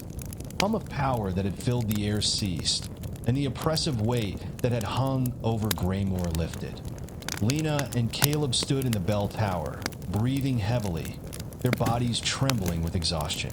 The fog outside seemed to begin to dissipate, and the first rays of dawn began to filter through the cracked windows of the tower. Graymore was silent, but it was no longer a town trapped in darkness. It was free. For now.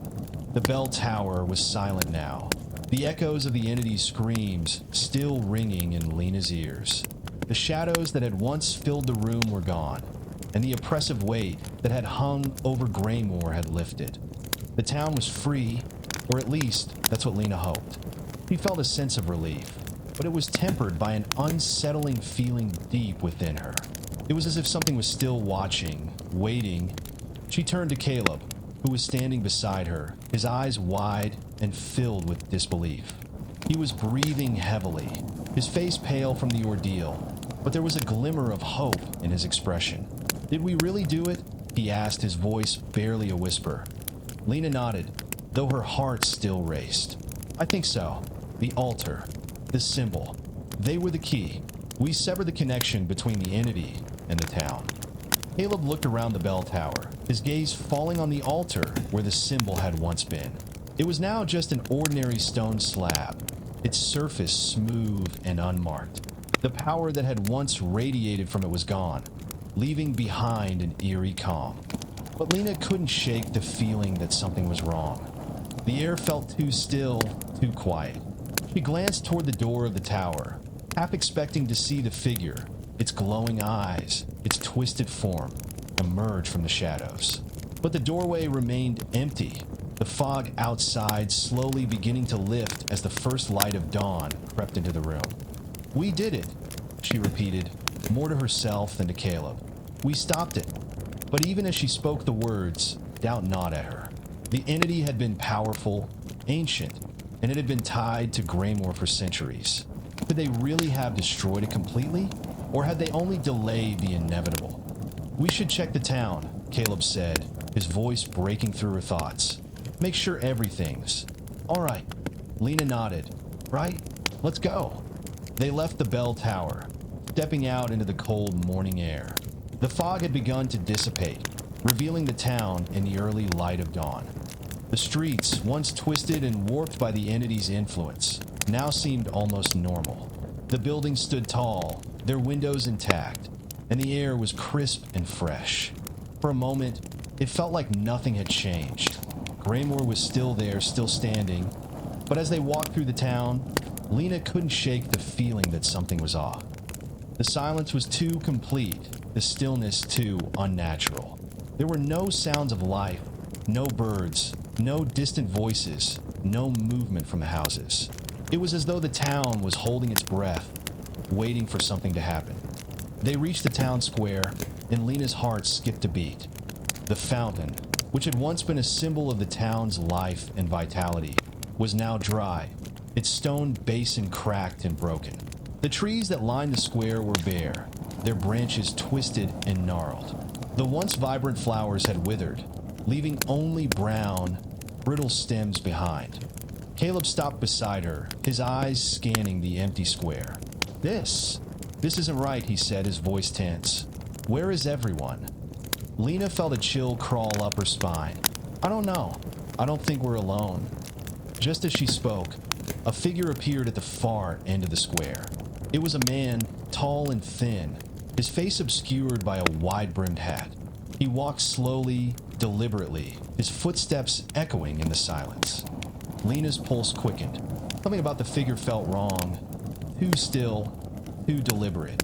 She could feel his gaze on her, even though she couldn't see his eyes. Who is that? Caleb asked, his voice low. I don't know, Lena replied, her voice tight with unease. But we should be careful. The man stopped at the center of the square, turning to face them. His movements were slow, almost deliberate, as though he were savoring the moment. He reached up and removed his hat, revealing a face that was both familiar and unsettling. Lena's breath caught in her throat. It was the figure, the entity, but it was different now. It was no longer the monstrous, shadowy being that had haunted the town. It was human, its features sharp and angular, its skin pale and lifeless. Its eyes, though, were the same, glowing with that same sickly yellow light. "You think you've won?" The figure's voice echoed through the square, its tone cold and mocking. "You think you've destroyed me? You have no idea what you've unleashed." Lena's heart sank. "No, you're not real. You can't be." The figure smiled, a twisted, cruel grin that sent a shiver down her spine. "Oh, I am real, and I have always been here. Graymore is mine. It has always been mine." Lena took a step back, her mind racing. "What do you want from us? We've destroyed the altar. We've broken the curse."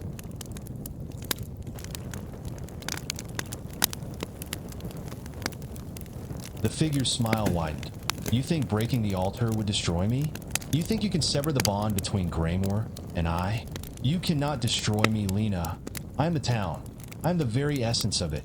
You cannot escape me." Caleb stepped forward, his fists clenched. "What do you mean? We've freed the town. We've ended the curse." The figure laughed, the sound hollow and echoing. "You cannot free what has never been bound. Graymore was never a prison.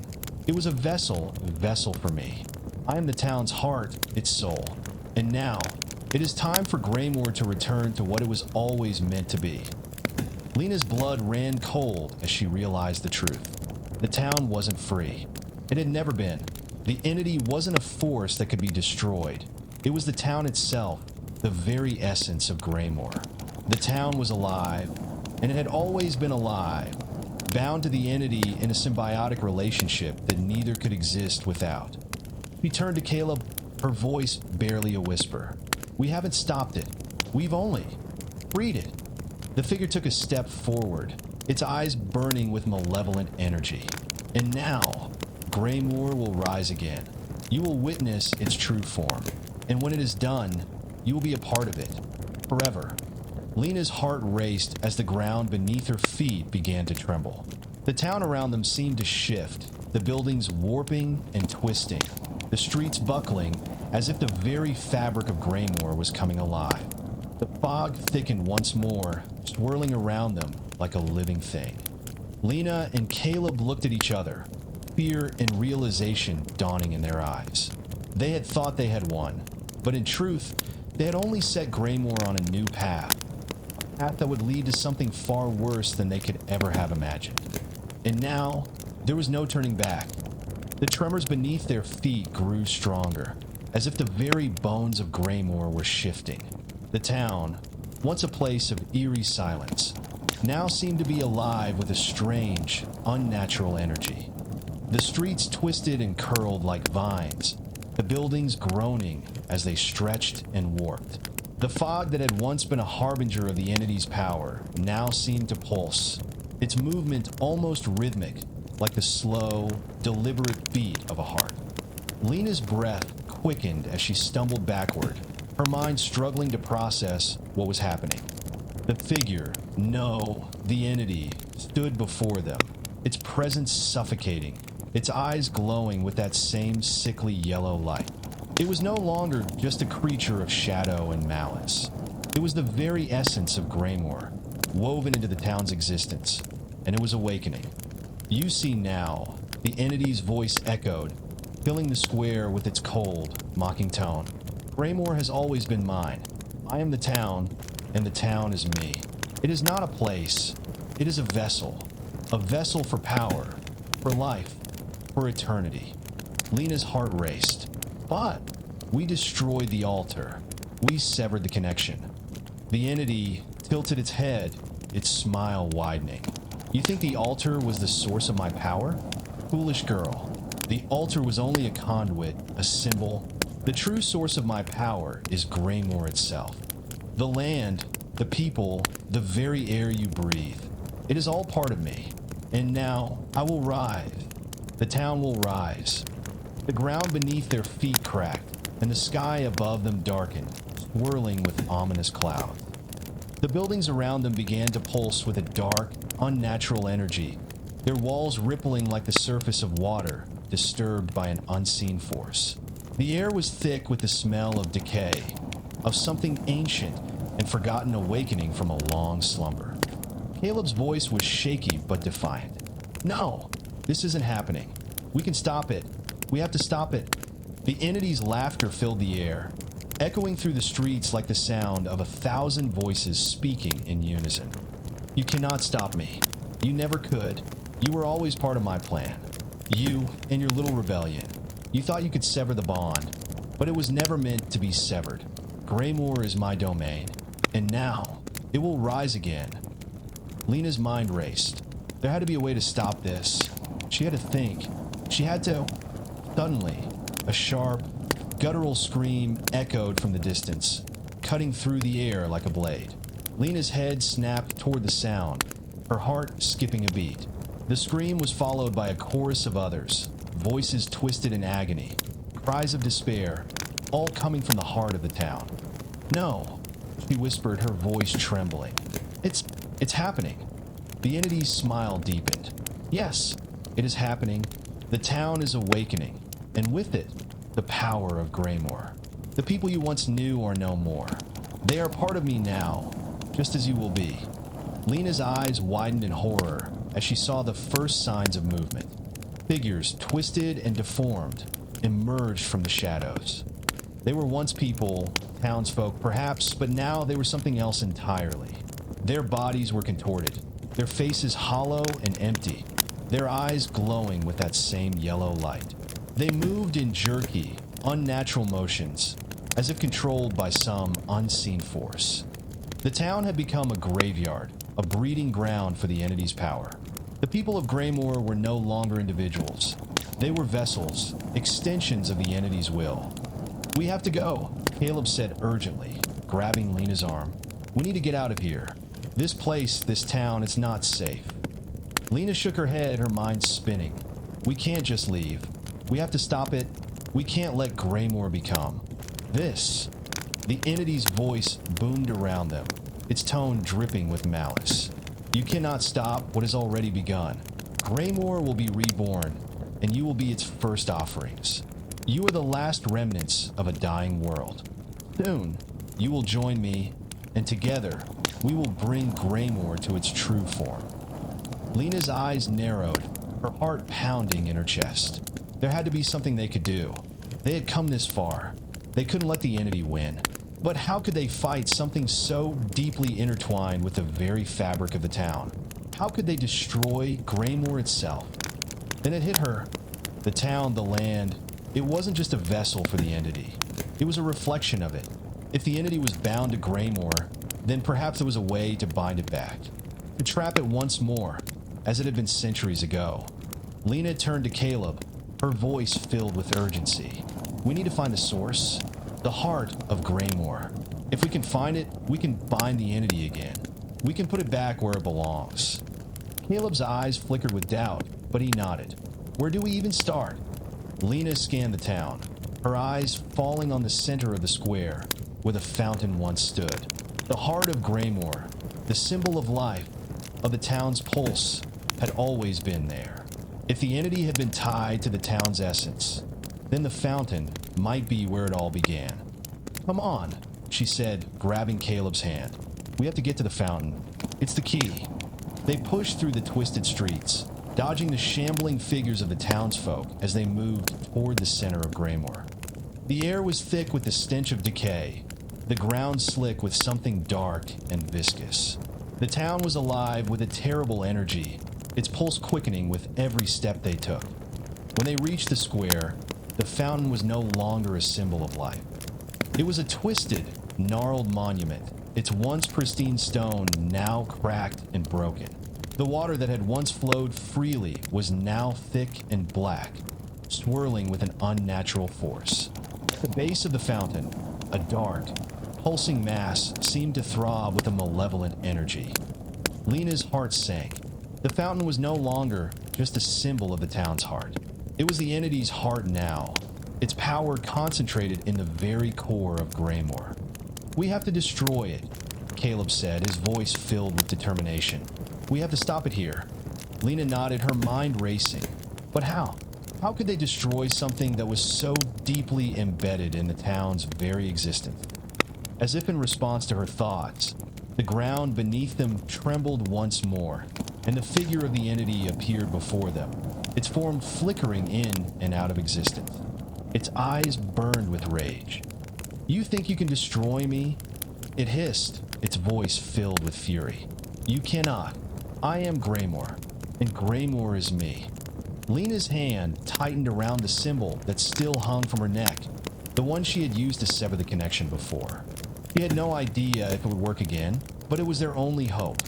With a deep breath, she stepped forward, holding the symbol high. "We'll see about that," she said, her voice steady despite the fear that gripped her. Lena's hand trembled slightly as she raised the symbol. The entity's eyes burned with an unholy intensity, its presence filling the square like a suffocating fog. She could feel the power of Graymore pulsing beneath her feet, drumming through the ground, through the very air. It was as if the town itself was alive, a vast, ancient being that had been waiting for this moment.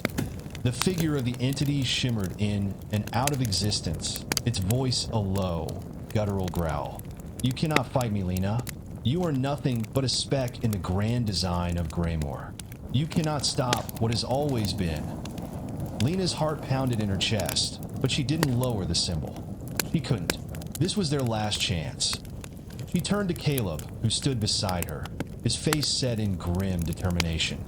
"We have to destroy the heart of Graymore," he said, her voice steady despite the fear that churned inside her. "We have to sever its connection to the town completely. If we can destroy the fountain, we can destroy the entity."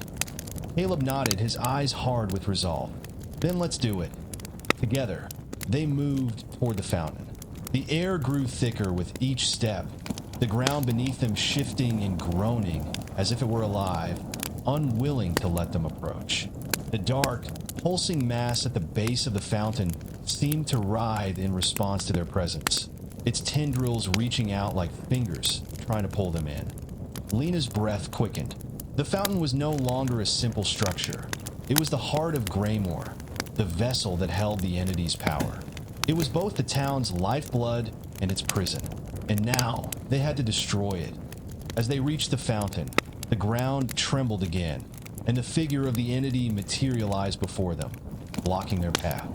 Its form was monstrous, its body a writhing mass of shadow and malice, its eyes glowing like twin suns. "You cannot destroy me," it hissed, its voice a low, reverberating growl that seemed to come from all around them. "I am Graymore. I am the very soul of this place. You cannot undo what has been done." Lena's grip on the symbol tightened. "We'll see about that," she said, her voice unwavering. The entity laughed, the sound echoing through the square, as if the town itself was mocking them. "You think this little trinket can save you? You are nothing. I am eternal. I have always been, and I will always be." Lena stepped forward, her eyes locked on the pulsing mass at the base of the fountain. She could feel its energy, its malevolent power, drawing her in. It was as if the fountain itself was calling to her, whispering promises of power, of immortality, of endless life. But she knew better now. She knew what it was: a prison for Graymore's twisted soul, and a prison for them all if they failed. "Caleb," she said, her voice low, "we need to destroy it. Now." Caleb didn't hesitate. He reached into his pocket and pulled out a small vial of liquid, its contents shimmering with an eerie, ethereal glow. It was the substance they had collected from the altar, the last piece of the ritual that had severed the entity's connection before. It was their last hope. Lena held the symbol high, her voice steady as she recited the incantation that had been passed down through generations of Graymore's forgotten guardians. The words were ancient, the language long dead, but they still held power. Power enough to sever the entity's bond to the town. The ground shook violently as the entity screamed, its form distorting as if it were being pulled in two directions at once. The air crackled with energy, the very fabric of Graymore warping around them. The fountain's dark mass began to bubble and churn, its tendrils reaching out toward Lena and Caleb, trying to drag them into the heart of Graymore. But they stood firm, the symbol in Lena's hand glowing with a brilliant light, its power resonating with the very core of the town. The liquid in Caleb's vial began to shimmer brighter, reacting to the energy in the air. With a final, desperate cry, Lena thrust the symbol toward the fountain, and Caleb poured the liquid into the base of the fountain. The ground beneath them trembled violently, and the air seemed to crack open with a deafening roar. The entity's scream echoed through the town, a sound of pure rage and despair. It was as if the very soul of Graymore was being ripped apart, torn from the town's heart. The sky above them darkened, swirling with black clouds, and the wind howled with an unnatural fury. Lena felt the power of the entity surge around them, a tidal wave of malice and hatred.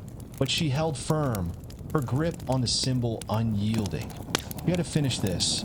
They had to destroy it. The air grew thick with a choking, acrid smoke as the fountain began to crack, its stone walls crumbling under the pressure of the entity's power. The dark mass at its base writhed and twisted, its tendrils reaching out toward them, but they were too late. The symbol in Lena's hand flared with blinding light, and the liquid Caleb had poured into the fountain began to glow with an otherworldly radiance. With a final, earth-shattering explosion, the fountain erupted in a burst of light and energy. The ground beneath them cracked wide open, and the air was filled with the sound of 1,000 voices screaming in unison, a chorus of agony and rage. The town itself seemed to tremble, as if it were being torn apart at the seams. And then, just as suddenly as it had begun, it stopped. The sky cleared, the clouds dissipating, and the wind died down. The ground beneath their feet stilled, and the air grew calm once more. The oppressive weight that had hung over Graymore for so long was gone. Lena and Caleb stood in the center of the square, breathless and exhausted, their eyes locked on the crumbling remnants of the fountain. The dark mass that had once pulsed with the entity's power was now nothing more than a pile of ash, its remnants scattered across the ground. The town was silent. Lena's heart pounded in her chest as she looked around. The air was clear, the streets still. The twisted figures that had once haunted the town were gone. Graymore was no longer a vessel for the entity's power. It was free. But as she stood there, staring at the ruins of the fountain, a lingering question gnawed at her. Had they truly destroyed it? Or had they only delayed the inevitable? Caleb stepped beside her, his voice low. "Is it over?" Lena didn't answer immediately. She looked around, her mind racing. The town was still, but there was no way to know for sure if the entity had truly been destroyed, or if it was merely waiting for the right moment to return. "I don't know," she said finally, her voice quiet. "But for now, I think we've won." The silence that enveloped Graymore was unlike anything Lena had ever experienced. It wasn't peaceful, not in the way that silence could sometimes be. It was the kind of silence that came after something had been torn apart, something alive, something that had been breathing, pulsing, and now was still. The town, once a living entity in its own right, seemed to have lost its heartbeat. Lena stood motionless in the square, her eyes scanning the ruins of the fountain. The ground was cracked, the stone shattered. The dark mass that had once swirled with malevolent energy, now nothing more than ash and dust. The air felt lighter, the oppressive weight that had clung to the town now gone. Yet, something still lingered in the atmosphere, a faint echo of the power that had once ruled here. "We did it," Caleb said, his voice quiet, but filled with a mix of disbelief and relief. He stepped forward, his hand resting on Lena's shoulder. "We actually did it." Lena didn't respond immediately. Her mind was still racing, her thoughts a whirlwind of questions and doubts. Had they truly destroyed the entity, or had they only severed its connection temporarily? Was Graymore truly free, or was it merely waiting for the right moment to reclaim its power? "I hope so," Lena said finally, her voice low and uncertain. But, I don't know. Something about this doesn't feel finished. Caleb frowned, his brow furrowing in confusion. What do you mean? The fountain's destroyed. The entity's gone. The town's quiet. We won. Lena shook her head, her gaze drifting over the square. It's not just the entity. The town itself, Graymore, it's like it was a part of the entity. A vessel. If we destroy the entity, then why does it still feel? Wrong. A chill ran down her spine as she spoke, the air around them suddenly feeling colder. It was as if the very land beneath their feet was still haunted, still echoing with the remnants of something dark and ancient. She could feel it like a faint pulse beneath the earth, a thrum that was barely perceptible, still there. Caleb's hand tightened on her shoulder. You're just tired. We've been through hell. We need to get out of here. Get some rest. We've earned it. Lena wanted to believe him. She wanted to believe that they had won, that they had freed Graymore from the entity's grasp. But something deep inside her told her that the battle wasn't over, not yet. We should go to the church, she said suddenly, her voice urgent. We need to make sure everything's really over. Caleb gave her a puzzled look. The church? Lena, what? I don't know, she interrupted, her voice firm. But we need to check. The church might hold answers. It's where it all began, after all. Without waiting for him to respond, Lena turned and started walking toward the church, her footsteps heavy against the cracked cobblestones. Caleb hesitated for a moment, then followed. The church loomed in the distance, its silhouette dark against the clear sky. It had always been a place of mystery in Graymore, a place where the town's secrets were kept hidden. The church had been there long before the altar had been discovered, long before the entity had taken root in the town. It was where the first guardians of Graymore had once stood, where the rituals had been performed, and where the power had first begun to take hold. As they approached, Lena could feel the air growing colder, the hairs on the back of her neck standing on end. The church seemed different now. It no longer felt like a sanctuary, but a tomb, a place where something ancient and malevolent still lingered. When they reached the door, Lena pushed it open slowly, the hinges creaking in protest. The inside of the church was dark, the only light coming from the faint glow of the stained glass windows. The air smelled musty, and the silence was oppressive. Lena stepped inside, her eyes scanning the interior. The pews were empty, the altar at the front of the church untouched. But as she moved further into the space, something caught her eye, a faint glow coming from beneath the floorboards near the altar. Caleb, she whispered, her voice tense. Look! Caleb followed her gaze, his expression hardening as he saw the glow. What is that? Lena didn't answer. She moved toward the altar, kneeling down to inspect the floor. The boards beneath her hands were warm, as if something beneath them was still alive, still pulsing with energy. She could feel it, that faint rhythmic thrum that seemed to come from deep within the earth. With a sharp intake of breath, Lena began to pull up the floorboards, her hands trembling with a mix of fear and determination. Caleb crouched beside her, helping her pull the boards free. When the last of the boards was removed, they both gasped. Beneath the altar, hidden in the dark recesses of the church, was a stone basin, an ancient, weathered vessel. It was cracked and chipped, but there was no mistaking its significance. This was the heart of Graymore, the source of the entity's power, and it was still alive. The stone basin pulsed with a dark, malevolent energy, its surface rippling like water, disturbed by an unseen force. Lena could feel the power radiating from it, the same energy that had once filled the town, that had once consumed everything in its path. No, she whispered, her voice filled with horror. It's not over. The entity's presence was still here. It hadn't been destroyed. It had only been hidden, buried beneath the town's surface, waiting for the right moment to rise again. Caleb's face went pale as he stared at the basin. What do we do? How do we stop it? Lena's mind raced. She had thought they had destroyed it. She had thought the town was free. But now, she realized the truth. The entity had never been bound to the town alone. It was bound to the very land, the heart of Graymore itself. "We have to destroy it," Lena said, her voice filled with determination.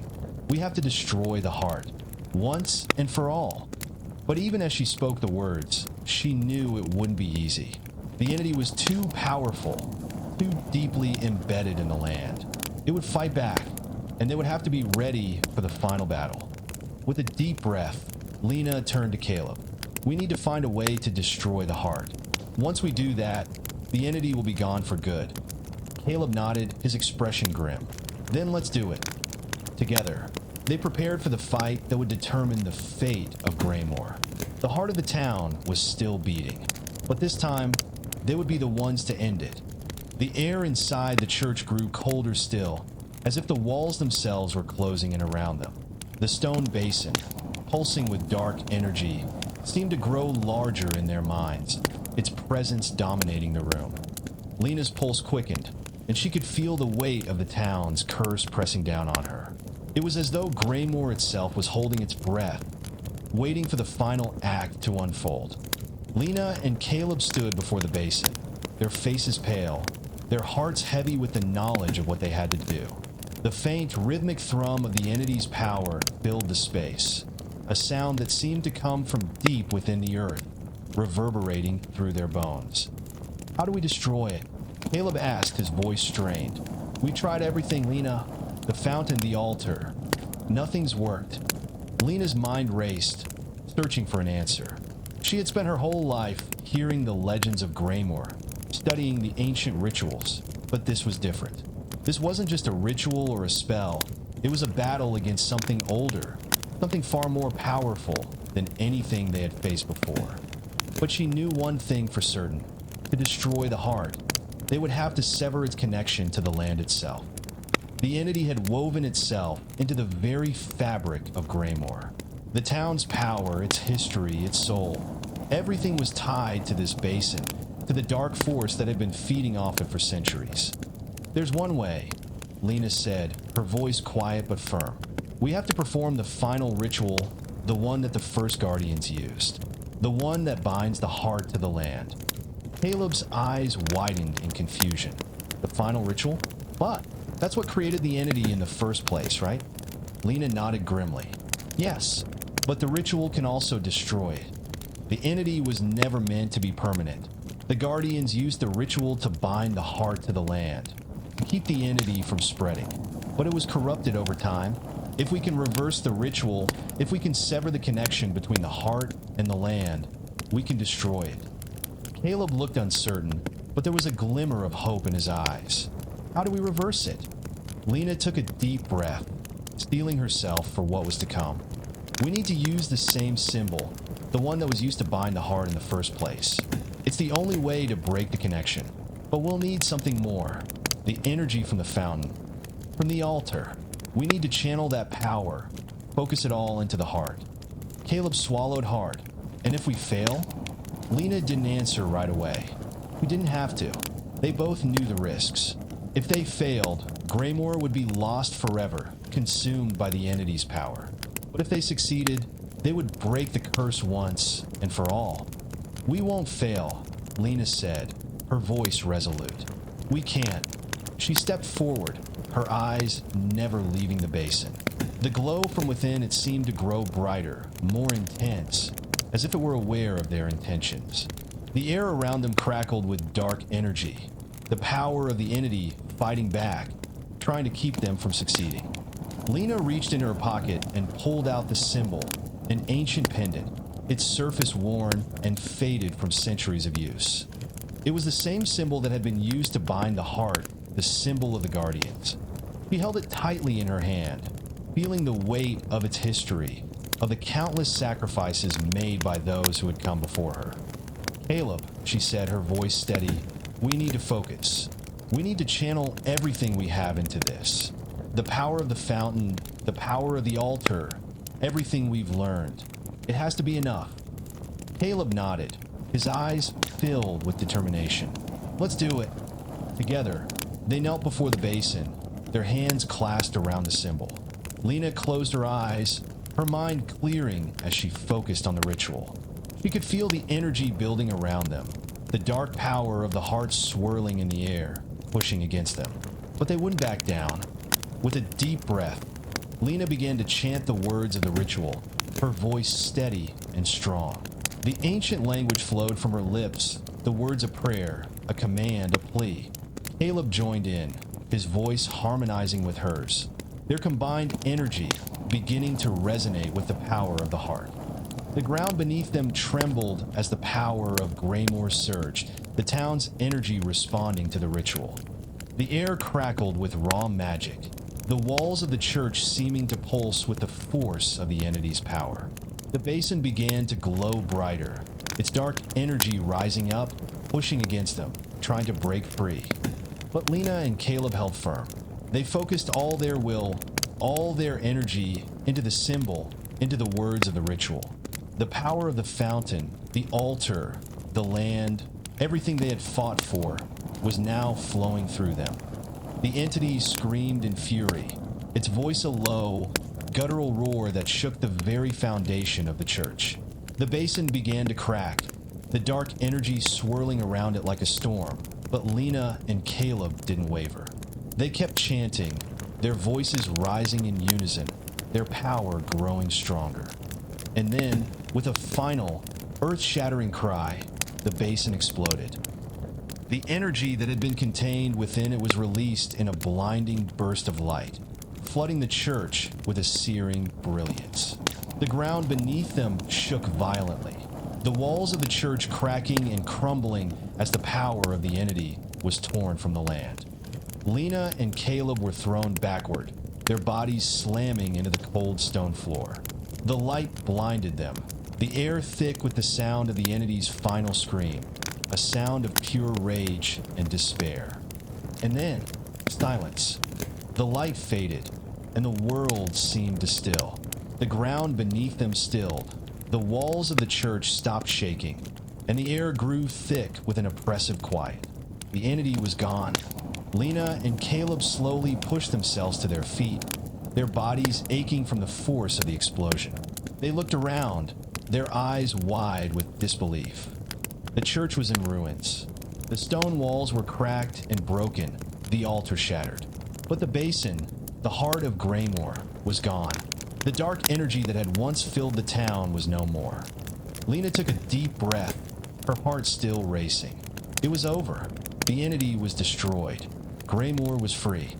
But as she looked around, she couldn't shake the feeling that something was missing. The town was silent, still, as if waiting for something. Is it really over? Caleb asked, his voice barely a whisper. Lena didn't answer immediately. She could feel it, the weight of the town's history, its secrets still lingering in the air.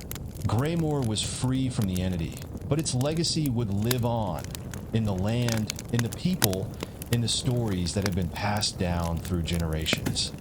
I think so, she said finally, her voice steady. But it's up to us now. We have to rebuild. We have to make sure Graymore never forgets what happened here. Caleb nodded, his expression grim but resolute. We will, together. And as they stood in the ruins of the church, the weight of their victory settling on their shoulders, they knew one thing for certain. The battle for Graymore was over. But the fight to protect it, to honor its history and its future, was just beginning. The days that followed the destruction of the entity were filled with a strange sense of both relief and unease. Graymore was silent, but it was a different kind of silence now. The oppressive weight that had hung over the town for centuries had lifted, but the town itself seemed to be holding its breath, unsure of what came next. Lena and Caleb stood at the edge of the town square, looking out over the ruins of the church and the fountain. The buildings around them were still intact, though many of them bore the scars of the battle that had taken place. The streets were empty, the windows dark. Graymore, once a place of life, now felt like a ghost town, its soul stripped bare. I never thought I'd see it like this, Caleb said, his voice quiet. I always thought Graymore would be alive, you know? Even with all its secrets, all its darkness. There was something about it, something that made it feel real. Lena nodded, her gaze fixed on the horizon.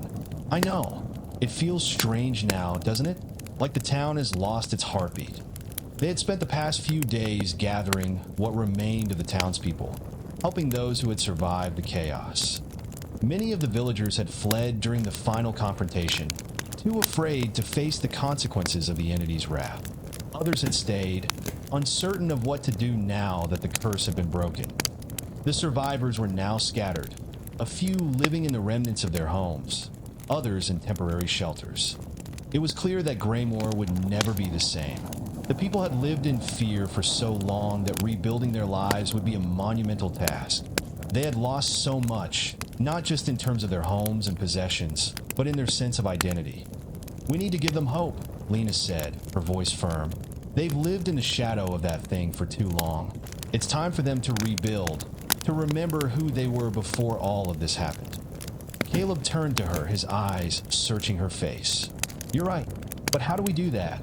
How do we help them move on from something so monstrous?" Lena thought for a moment, her eyes drifting back to the ruins of the church. "We start by rebuilding the heart of the town. The church, the fountain, the square. We make sure the people know that they're not alone, that they're not defined by the darkness that has haunted them." Caleb nodded slowly. "And what about us? What do we do?" Lena hesitated, the weight of the question settling on her shoulders. She had never been one to stay in one place for too long.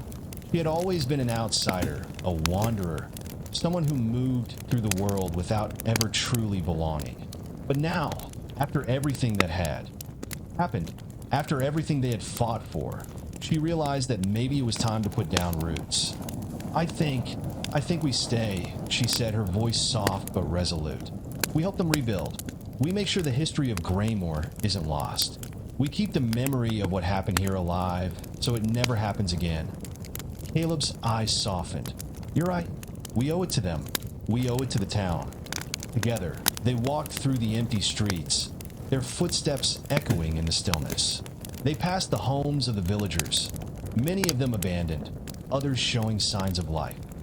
There were children playing in the streets, their laughter a stark contrast to the grim atmosphere that had once dominated the town. It was a small sign of hope, a reminder that life could still grow in the ashes of what had been destroyed. As they reached the town square, Lena stopped and turned to Caleb. "We should start with the fountain. It was the source of so much pain, but it can also be the symbol of our renewal. We'll rebuild it. We'll make sure it's a place of life, not death." Caleb nodded, his gaze softening. "And we'll make sure the people remember, not just the darkness, but the strength it took to overcome it." The two of them set to work, gathering the villagers who had returned to Graymore. They worked together, clearing the debris from the square, salvaging what they could from the ruins. It was hard work, and it took time, but as the days passed, something began to change. The town, once haunted by the shadow of the entity, began to show signs of life again. The fountain was the first thing to be rebuilt. It took weeks of labor, but when it was finally finished, it was more beautiful than it had ever been before. The stone was polished, the water flowing once again, clear and pure. The villagers gathered around it, watching as the symbol of Graymore's past became a symbol of its future. Lena stood beside the fountain, her eyes focused on the water. It was hard to believe that only a short time ago, this place had been a source of so much fear. Now it was a place of peace, a place where the people could come together and remember what they had survived. "We did it," Caleb said, his voice quiet but filled with pride. "We gave them something to believe in." Lena smiled, but it was a bittersweet smile. She had given Graymore a chance to rebuild, to find its way back to the light. But she knew that the scars of the past would never truly fade. The darkness that had once consumed the town would always be a part of its history, a part of its story. But that didn't mean it had to define them. "No," she said softly, "they did it. We all did." As the sun began to set over Graymore, casting long shadows across the square, Lena and Caleb stood together, watching the town come to life once more. It wasn't perfect. It would never be perfect, but it was theirs and it was free. And that was enough. The town of Graymore had begun to heal, but healing, Lena had come to realize, was a slow and uneven process. The villagers who had returned were still haunted by memories of the entity, and while the fountain had become a symbol of their resilience, There was a deeper, unspoken fear that lingered in the air. It was as though the town's very bones still remembered the darkness that had once ruled them. Lena and Caleb spent their days working alongside the villagers, helping to rebuild homes, repair the church, and restore what had been lost. The work was exhausting, but it was also a way to honor the people who had survived, to show them that life could return to Graymore, even after everything they had endured. But there were moments, late at night, when Lena would find herself standing at the edge of the square, staring into the distance. She couldn't shake the feeling that something was still out there, something connected to the entity, something that had been left behind when they had destroyed the heart. She had tried to dismiss the feeling. She had tried to believe that the entity's destruction had truly ended the curse, that Graymore was finally free. But there were nights when the air felt thick, heavy with an energy she couldn't explain. It was as though the land itself was still haunted by the entity's presence, still trying to find a way to reclaim what it had lost. One evening, as the sun dipped below the horizon and the last light of day faded into night, Lena stood by the fountain, her eyes fixed on the water. Caleb had gone to check on the other villagers, leaving her alone for a while. She needed the quiet, the solitude to think, to process everything that had happened. The wind stirred, carrying with it a faint whisper. Lena's eyes narrowed, her senses heightened. She turned slowly, her heart beginning to race as she felt the presence before she saw it. A figure stood at the edge of the square, silhouetted against the dimming sky. The figure was tall, cloaked in shadows, and there was something familiar about the shape, something that made Lena's pulse quicken. "Caleb," she called out, her voice uncertain. The figure didn't move, didn't respond. Lena took a cautious step forward, her hand instinctively reaching for the pendant she had worn since the beginning of this journey. It was warm against her skin, the symbol of the Guardians, the symbol of their victory. But even as she held it, she couldn't shake the feeling that something was wrong. Another step forward, the figure still didn't move. Lena's breath caught in her throat as the figure finally turned, its face coming into view. It was a man, his features sharp and angular, his eyes dark and unreadable. But it wasn't Caleb. The man's lips curled into a faint smile, one that sent a chill down Lena's spine. "You don't recognize me, do you?" the man said, his voice smooth, almost like a whisper carried on the wind. Lena froze. There was something about him that felt wrong. His presence seemed to distort the air around him, like a shadow that stretched just beyond the edge of her vision. "I should," he continued, his voice taking on a mocking tone. "After all, I've been here from the very beginning, watching, waiting." Lena's mind raced, her heart pounding in her chest. The words he spoke felt like a riddle, but there was a deeper, more unsettling truth in them. She knew this man, or at least, she knew of him. Her thoughts flashed back to the history of Graymore, to the ancient guardians and the rituals they had performed. There had been whispers of a figure, a shadowy presence that had stood at the heart of the town's darkest secrets. A figure who had once been a guardian, but who had betrayed the others, consumed by the very power they had tried to control. Lena began, her voice faltering. "You're one of them, one of the first guardians." The man's smile widened, and he stepped forward, the shadows seeming to swirl around him. "Ah, so you remember. I thought it might take a little longer. But yes, I am one of the original guardians, the one who was cast out, the one who sought power beyond what was meant to be." Lena's stomach churned. She had heard the legends, the stories of the first guardians who had created the ritual to bind the entity to the land.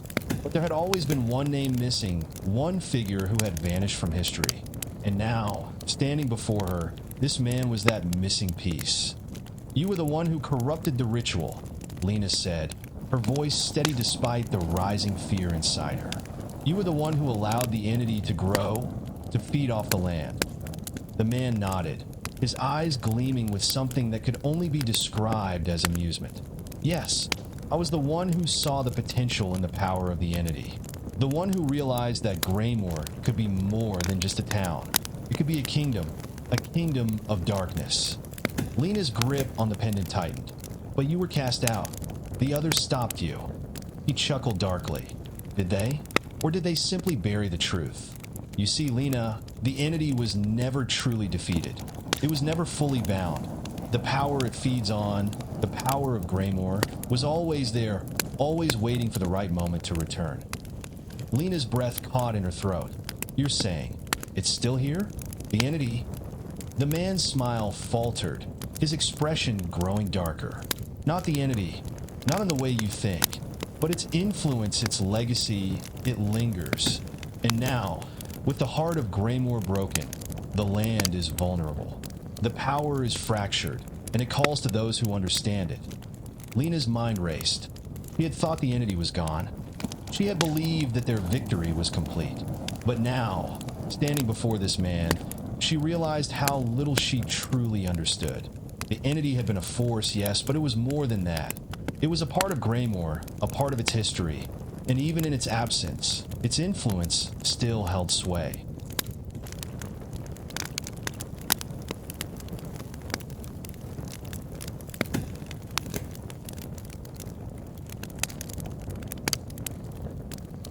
I came back, the man continued, his voice low, almost hypnotic, because I knew you would come. You and your little guardian. You would rebuild the town, restore the balance. But what you don't realize is that Graymore was never meant to be saved. It was meant to fall. It was meant to be mine. Lena's pulse quickened. She couldn't let this happen. She couldn't let him take the town, take everything they had fought for. You won't get it, Lena said, her voice fierce. Graymore is free now. It's not yours anymore. The man's smile twisted, his eyes flashing with anger. We'll see about that. With a sudden movement, he raised his hand, and the ground beneath them trembled. The earth cracked open, and a dark energy surged from the very soil of Graymore, like a pulse of malevolent power. Lena stumbled back, her heart racing as she felt the familiar, terrifying presence of the entity begin to stir once more. But this time she was ready. Lena staggered backward, her heart pounding in her chest as the ground beneath her trembled violently. The dark energy that surged from the earth seemed to pulse with a life of its own, like the heartbeat of something ancient and malevolent. The air grew thick, suffocating, as though the very land was rejecting the light. The man, this rogue guardian, stood tall and unyielding, his eyes glowing with a cold, unsettling fire. He seemed to draw strength from the power that emanated from the earth, a dark force that Lena had hoped would never resurface. The entity's influence was not gone, not truly. It had merely slumbered, waiting for the right moment to awaken. This is only the beginning, Lena, the rogue guardian said, his voice low and filled with dark satisfaction. You think you've freed Graymore, but you've only delayed the inevitable. The land belongs to the entity. It always has. Lena's grip on the pendant tightened, its warmth offering her a semblance of comfort in the face of the overwhelming darkness. She had thought the entity was gone for good. She had believed the ritual they had performed had severed its connection to the land. But now she understood that the power of Graymore, its very essence, was still bound to it. The entity's influence had never truly been broken. It had merely been dormant, waiting for the right person to claim it. No, Lena said, her voice steady despite the rising fear inside her. Graymore is not yours. It never was. You've been deceived. The rogue guardian's smile twisted into something cruel. Deceived? No, Lena. I understand the power of this place. I understand its true potential. And now, with the heart broken, with the town fractured, Graymore is mine to claim. The ground continued to tremble beneath them, and Lena could feel the very air around her thickening with the dark power that was being unleashed. The shadows seemed to stretch, bending and twisting as though they were alive, reaching out to ensnare her. But she couldn't let him win, not after everything they had fought for. Lena took a deep breath and turned to look at the fountain, the symbol of their victory, now bathed in an eerie, dim light. She had to act quickly. She couldn't let the rogue guardian gain control of Graymore, or worse, allow the entity to rise again. She glanced back at Caleb, who had been standing by the edge of the square, watching the unfolding chaos with wide, horrified eyes. He had seen the darkness return, and he knew what it meant. The rogue guardian was too powerful, too connected to the land, but they couldn't give up. "We have to stop him," Lena said, her voice urgent. "Caleb, get the villagers. Get them to safety. I'll try to stop him." Caleb hesitated for a moment, his gaze flickering between Lena and the rogue guardian. "Be careful, Lena. He's too strong. I don't know if we can stop him." Lena nodded, her expression grim. "We have to try. For Graymore." Without another word, Caleb turned and ran, his footsteps echoing in the distance as he went to gather the villagers. Lena's eyes locked onto the rogue guardian, her mind racing as she searched for a way to defeat him. The rogue guardian watched her, his smile growing wider as the dark power swirled around him. "You're too late," he said, his voice dripping with malice. "The entity is already waking. It will take more than your little pendant to stop me." Lena's mind raced. She had to find a way to sever his connection to the land, to the entity. But how? The ritual they had performed before had been powerful, but it had only worked because they had acted together, channeling the power of the fountain, the altar, and the land. Now, she was alone. The only thing she had was the pendant, and the knowledge of the ancient rituals that had been passed down through the guardians. Lena's eyes flickered toward the church, the ruined altar still standing at its heart. There was a chance. If she could get to the altar, she might be able to perform the ritual once more, this time to bind the rogue guardian to the land, to sever his connection to the entity. But the rogue guardian was already moving, his hand raised as he summoned more of the dark energy that had begun to surge from the earth. Shadows twisted around him, coiling like serpents, and the ground cracked open beneath his feet. Lena took a step back, her heart racing as the rogue guardian advanced. She had no time to waste. With a burst of speed, Lena sprinted toward the church, her legs burning as she ran. The dark energy that surrounded the rogue guardian was growing stronger, and she could feel the pull of it, like a weight pressing down on her chest. She had to reach the altar before it was too late. Behind her, she could hear the rogue guardian's laughter, cold and mocking. "You think you can stop me, Lena? You think you can undo what's been done? Graymore belongs to me now. It always has." Lena's breath came in ragged gasps as she reached the entrance of the church. The doors had been shattered during the battle with the entity, but she pushed through the wreckage, her eyes immediately falling on the altar. It was still there, though it had been damaged, the stone cracked and worn. She ran to the altar, her hands trembling as she searched for the symbols that had once bound the entity to the land. The markings were still faintly visible, etched into the stone, though time had weathered them. She needed to activate them again, to channel the energy of the land, to reverse the ritual that the rogue guardian had corrupted. But as she knelt beside the altar, she felt a cold presence behind her. The rogue guardian was there, his footsteps silent, his form looming over her. "You're too late," he whispered, his voice filled with dark satisfaction. "You can't stop me now." Lena turned, her eyes locking with his. She could feel the dark power growing stronger, the very air crackling with malevolent energy.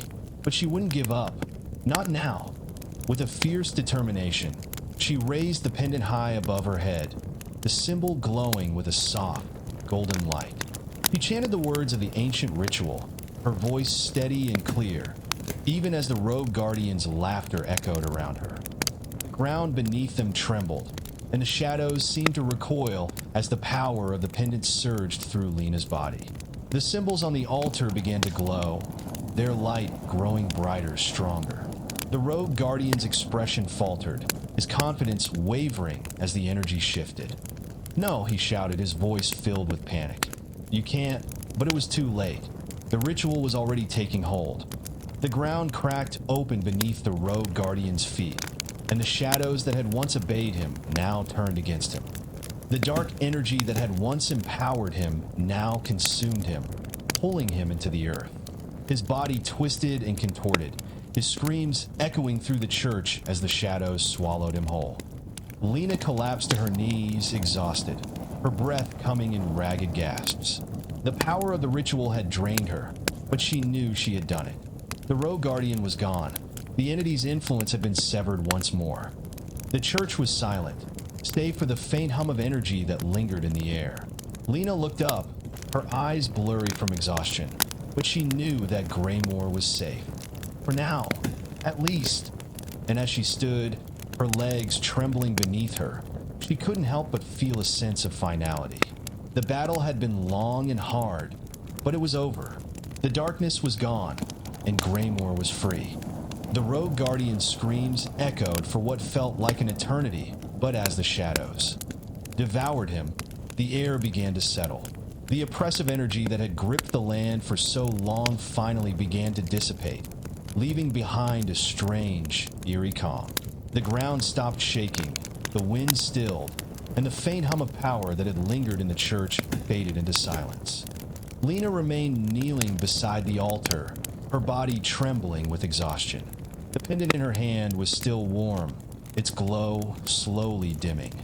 She could feel the weight of the power she had just wielded, and it left her drained, as though every ounce of energy had been siphoned away.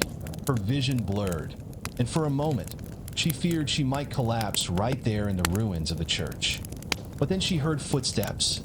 Caleb appeared at the entrance, his face a mixture of concern and relief. His eyes searched the church, locking onto Lena as she slowly rose to her feet, her legs unsteady beneath her. "Lena," he called, his voice urgent as he rushed to her side. "Are you all right? What happened?" "I saw the shadows. I heard the screaming." Lena managed a weak smile, though it was barely more than a flicker of light. "It's over, Caleb. We did it. He's gone." Caleb's brow furrowed as he took in the scene around them. The altar, the broken stone, the faint glow that still lingered in the air. It was clear that something powerful had transpired here.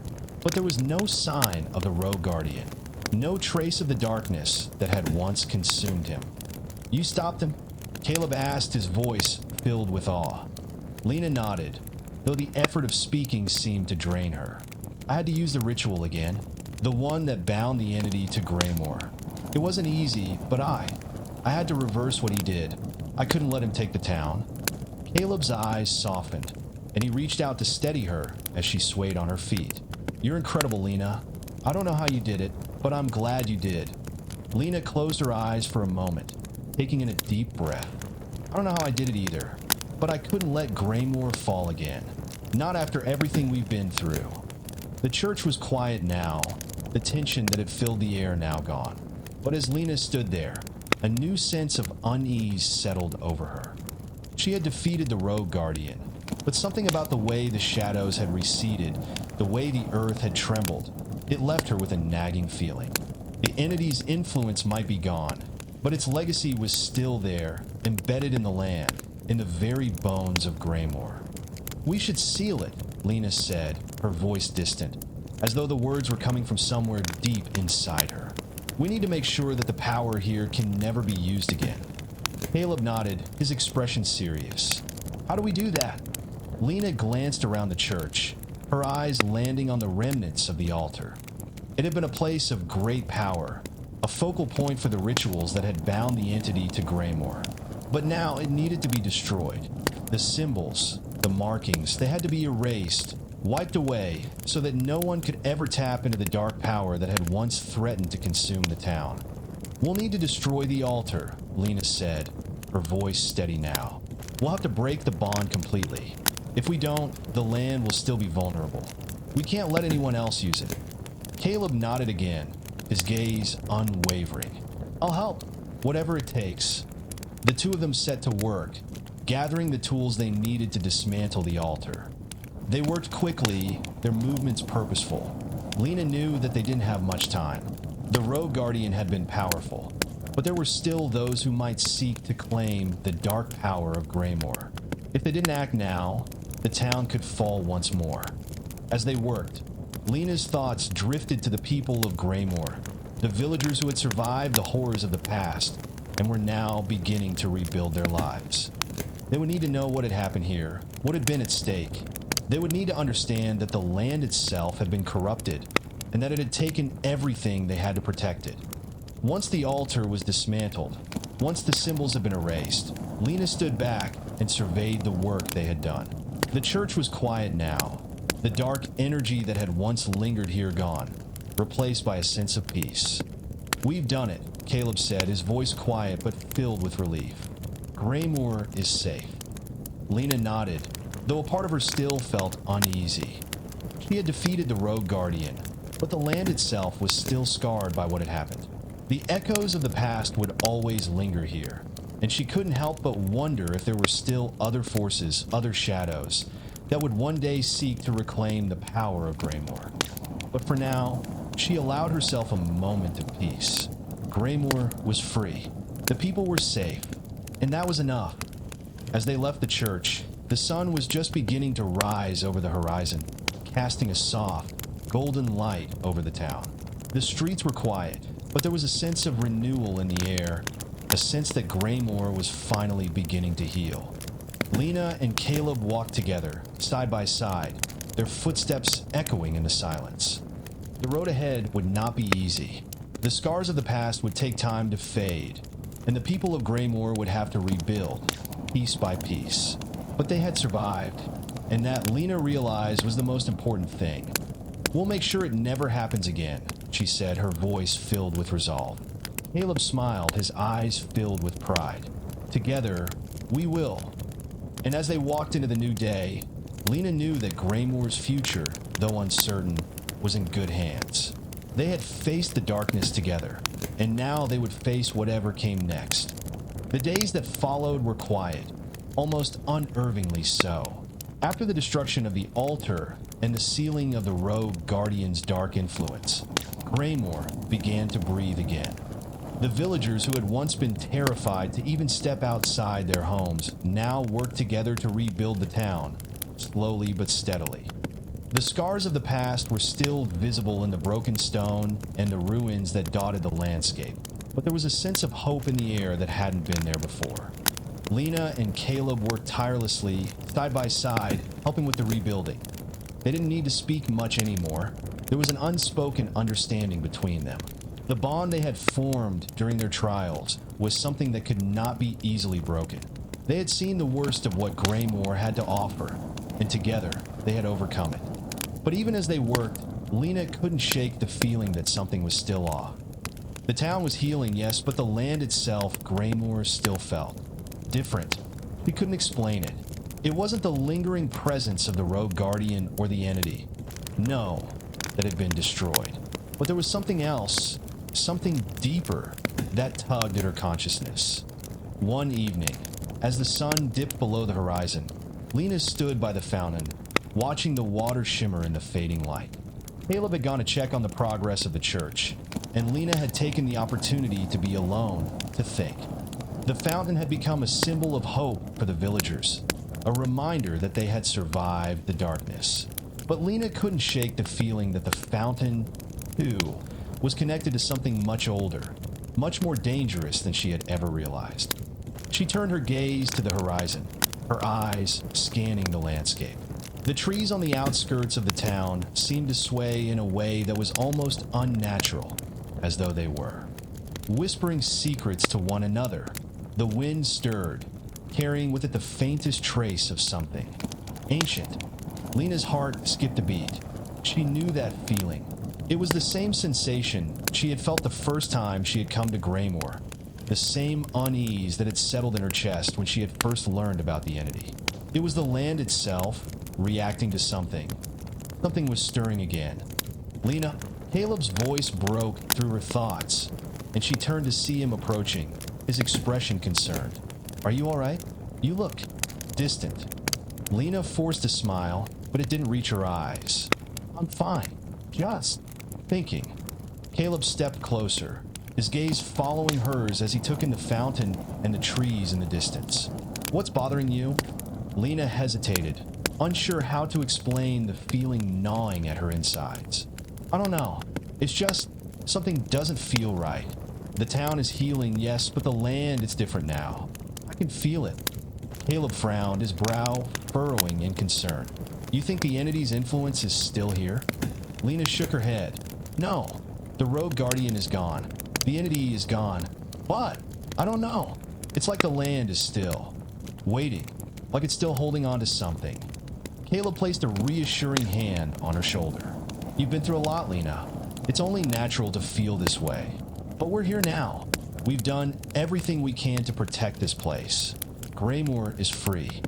Lena nodded, but she couldn't shake the feeling that something was watching, something waiting.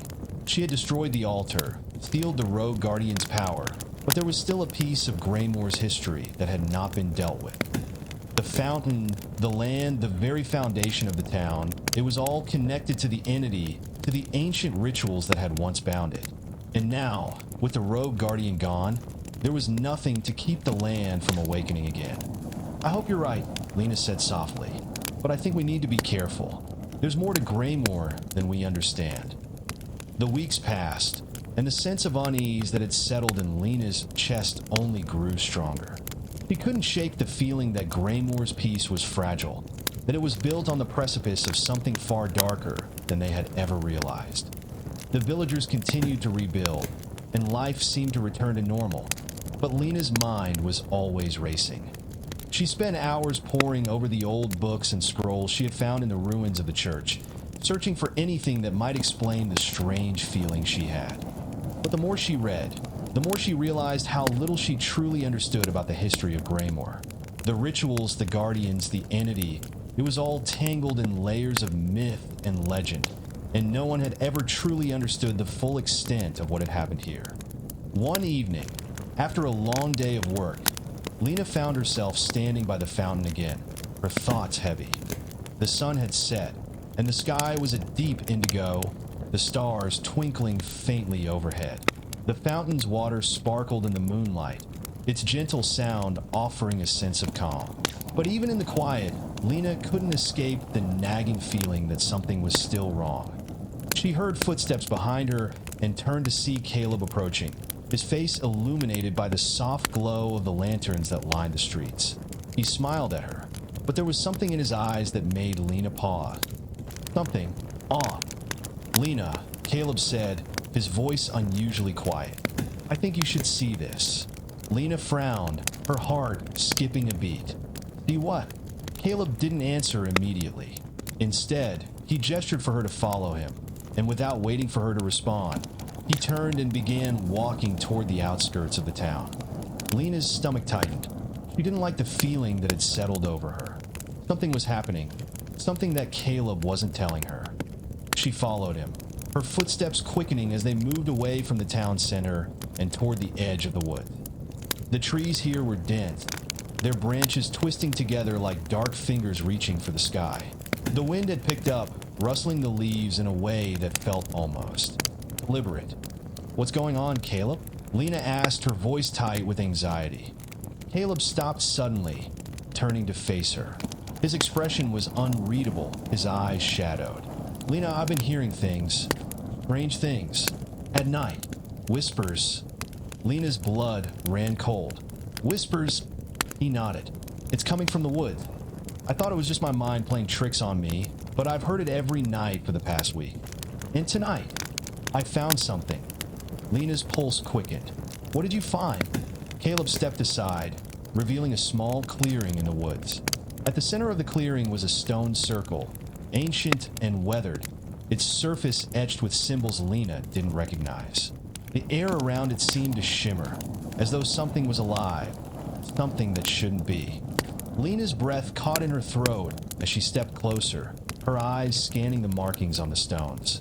She recognized them now, symbols that had been used in the old rituals, the ones that had once bound the entity to the land. "This," Lena whispered, her voice trembling. "This is where it all began." Caleb nodded, his face pale. "I think it's where it will end." Lena's heart raced. The whispers, the stone circle, the symbols. It was all connected.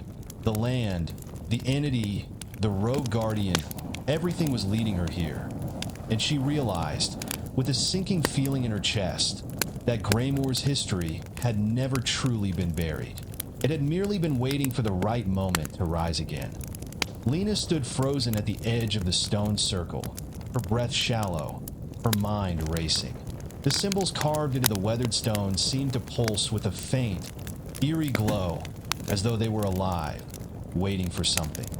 The air was thick with an unnatural energy, a dark presence that Lena couldn't ignore. It was as if the land itself was holding its breath, anticipating something terrible. Caleb stepped closer to her, his face pale. I didn't want to believe it, but I think we've found the source of everything, the heart of the curse that's been plaguing Graymore for centuries. Lena's mind reeled. She had thought the rogue guardian's defeat, the sealing of the altar, had been the end of the darkness. But now, standing before this ancient stone circle, she realized how wrong she had been. This wasn't just a relic of the past. It was the anchor, the focal point of everything that had gone wrong in Graymore. The rituals, the guardians, the entity, it all started here. This place. Lena whispered, her voice barely audible. It's not just a symbol of the past. It's a conduit, a link to whatever dark force once ruled over this land. Caleb nodded, his eyes dark with fear. I think the rogue guardian knew about it. He must have been trying to harness the power here to revive the entity, but he didn't know how to control it. That's why he turned against the village, why he became what he did. Lena's mind raced as she took in the stone circle, her fingers brushing lightly against one of the symbols. A sharp, cold jolt of energy shot through her, making her gasp. It was as though the stone was alive, pulsing with a malevolent force, and the sensation was unmistakable. This is it, Lena said, her voice trembling. This is where the power was drawn from. This is where the entity's influence originated. Caleb's face was grim, and it's still here. The power never truly left. It's been waiting dormant for the right moment. Lena felt a chill crawl up her spine. We have to destroy it. Whatever this is, it has to be destroyed. But as she said the words, a strange sound filled the air, a low, guttural hum that seemed to come from the very earth beneath them. It was a sound unlike anything Lena had ever heard before. It was ancient, primal, and it reverberated through her bones, sending waves of dread crashing over her. Caleb's eyes widened in terror. Lena, something's happening. The stone circle began to glow brighter, the symbols on the stones shifting and changing before their eyes. The air grew heavier, thick with dark energy, and the ground trembled beneath their feet. Lena's heart pounded in her chest as she took a step back, but something kept her rooted to the spot. She couldn't look away from the stones. They were calling to her. The whispers returned, soft at first, but growing louder with each passing second. They were voices distorted and broken, speaking in a language Lena couldn't understand. But she felt them, felt their urgency, their hunger. They were reaching out to her, pulling her in. No, Lena whispered, shaking her head. This isn't right. This isn't supposed to happen. Caleb grabbed her arm, his grip tight. Lena, we need to leave. Now. But before Lena could respond, the ground beneath them cracked open with a deafening roar. A dark, swirling energy erupted from the center of the stone circle, sending a shockwave of force that knocked them both to the ground. The air turned cold, and the whispers became a cacophony of voices, all shouting in unison, demanding something that Lena couldn't comprehend. Lena struggled to her feet, her mind spinning. The energy that had once been contained, that had been sealed away by the rogue guardian, was now free, and it was more powerful than she had ever imagined. The stone circle was no longer just a symbol. It was a gateway, a rift to the very heart of the darkness that had once consumed Graymore. We can't stop it, Lena said, her voice breaking. It's too powerful. Caleb's eyes were wide with fear, but there was something else in his gaze, something determined. There's always a way. We can't let this happen again. Not after everything we've fought for. Lena looked at him, her heart heavy. She had no answers, no plan. But she knew one thing for certain. They couldn't let the darkness reclaim Graymore. Not now. Not ever. The swirling energy above the stone circle began to take form, coalescing into a shape, a figure, tall and imposing, its form shrouded in shadow.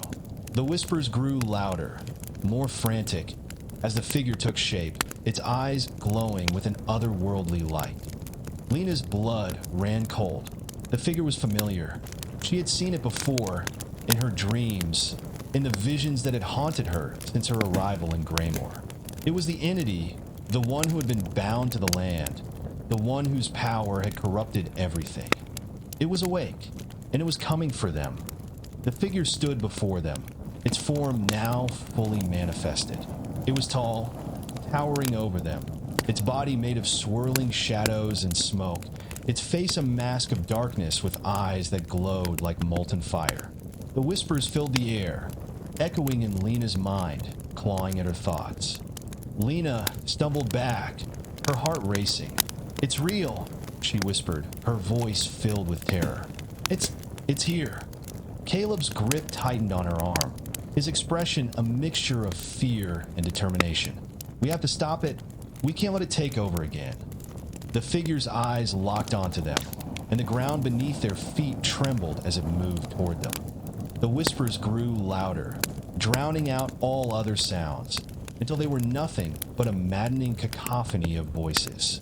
Lena felt her vision blur, the world spinning around her as the figure's presence pressed down on her, suffocating her with its dark power.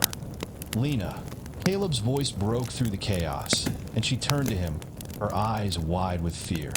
"We have to fight. We can't let it win." Lena's mind raced, her thoughts scattered. She had no idea how to fight this thing. She had no power left. The ritual had drained her. But as she looked into Caleb's eyes, she realized that she wasn't alone. They had come this far together, and together they could find a way to stop it. The figure's voice, deep and guttural, rumbled through the air. "You cannot stop me. I am the darkness that has always existed. I am the force that shaped this land. You are nothing." Lena's heart pounded in her chest. "We're not nothing. We're the ones who will end you." With a cry of determination, Lena reached into the depths of her mind, drawing on every ounce of strength she had left. The pendant in her hand pulsed faintly, its warmth returning as she focused on the energy that had once bound the entity. She couldn't let it go.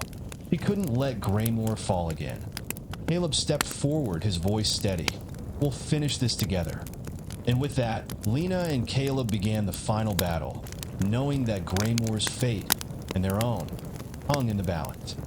Lena's heart pounded in her chest as she clutched the pendant tightly in her hand, her fingers trembling. The figure before them loomed like a nightmare made flesh, its eyes burning with a fiery intensity that sent waves of terror through her body.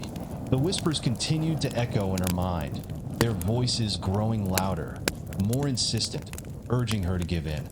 But she couldn't. Not now. Beside her, Caleb stood tall, his jaw set with determination. He wasn't going to back down. He had fought beside her through everything, through the trials, the darkness, the terror. Together, they had faced impossible odds, and they would face this final challenge as one. The entity's voice, deep and resonant, rumbled through the air. "You think you can stop me? You are insignificant. This land is mine. It always has been." Lena stepped forward, her voice steady despite the fear that gripped her. "You don't own Graymore. You never did. You were bound by the very land you sought to control. And now, your power is nothing." The figure's eyes narrowed, its form flickering with dark energy. "You speak of things you do not understand. You have no idea what you are facing." Lena raised her hand, the pendant glowing faintly in her palm. The warmth that had returned to it now surged through her, filling her with a sense of purpose, of strength. She could feel the ancient magic of the land coursing through her veins, a power that had been dormant for centuries, waiting for the right moment to awaken. Caleb stepped forward beside her, his hand resting on the hilt of the sword he had taken from the rogue guardian. "We know exactly what we're facing, and we're not afraid." The entity let out a low, mocking laugh. "You think you can defeat me with your petty trinkets and weapons? You are fools." With a wave of its hand, the ground beneath their feet trembled, and the stone circle began to crack open. The air grew colder, and the whispers intensified, filling Lena's mind with visions of horrors, images of destruction, of the land consumed by darkness. She could feel the weight of the entity's power pressing down on her, threatening to crush her. But she refused to give in. Lena closed her eyes, focusing on the pendant, on the energy that was flowing through her. She remembered the words of the ancient text she had read, the rituals that had once bound the entity to the land. She had learned so much about Greymoor's dark history, about the sacrifices made to contain the evil that had once ruled here. And now, she realized it was her turn to make a sacrifice. "Caleb," she said, her voice trembling, "we have to use the magic in the land. The pendant, it's a key. We can seal the entity away, but it will require everything we have."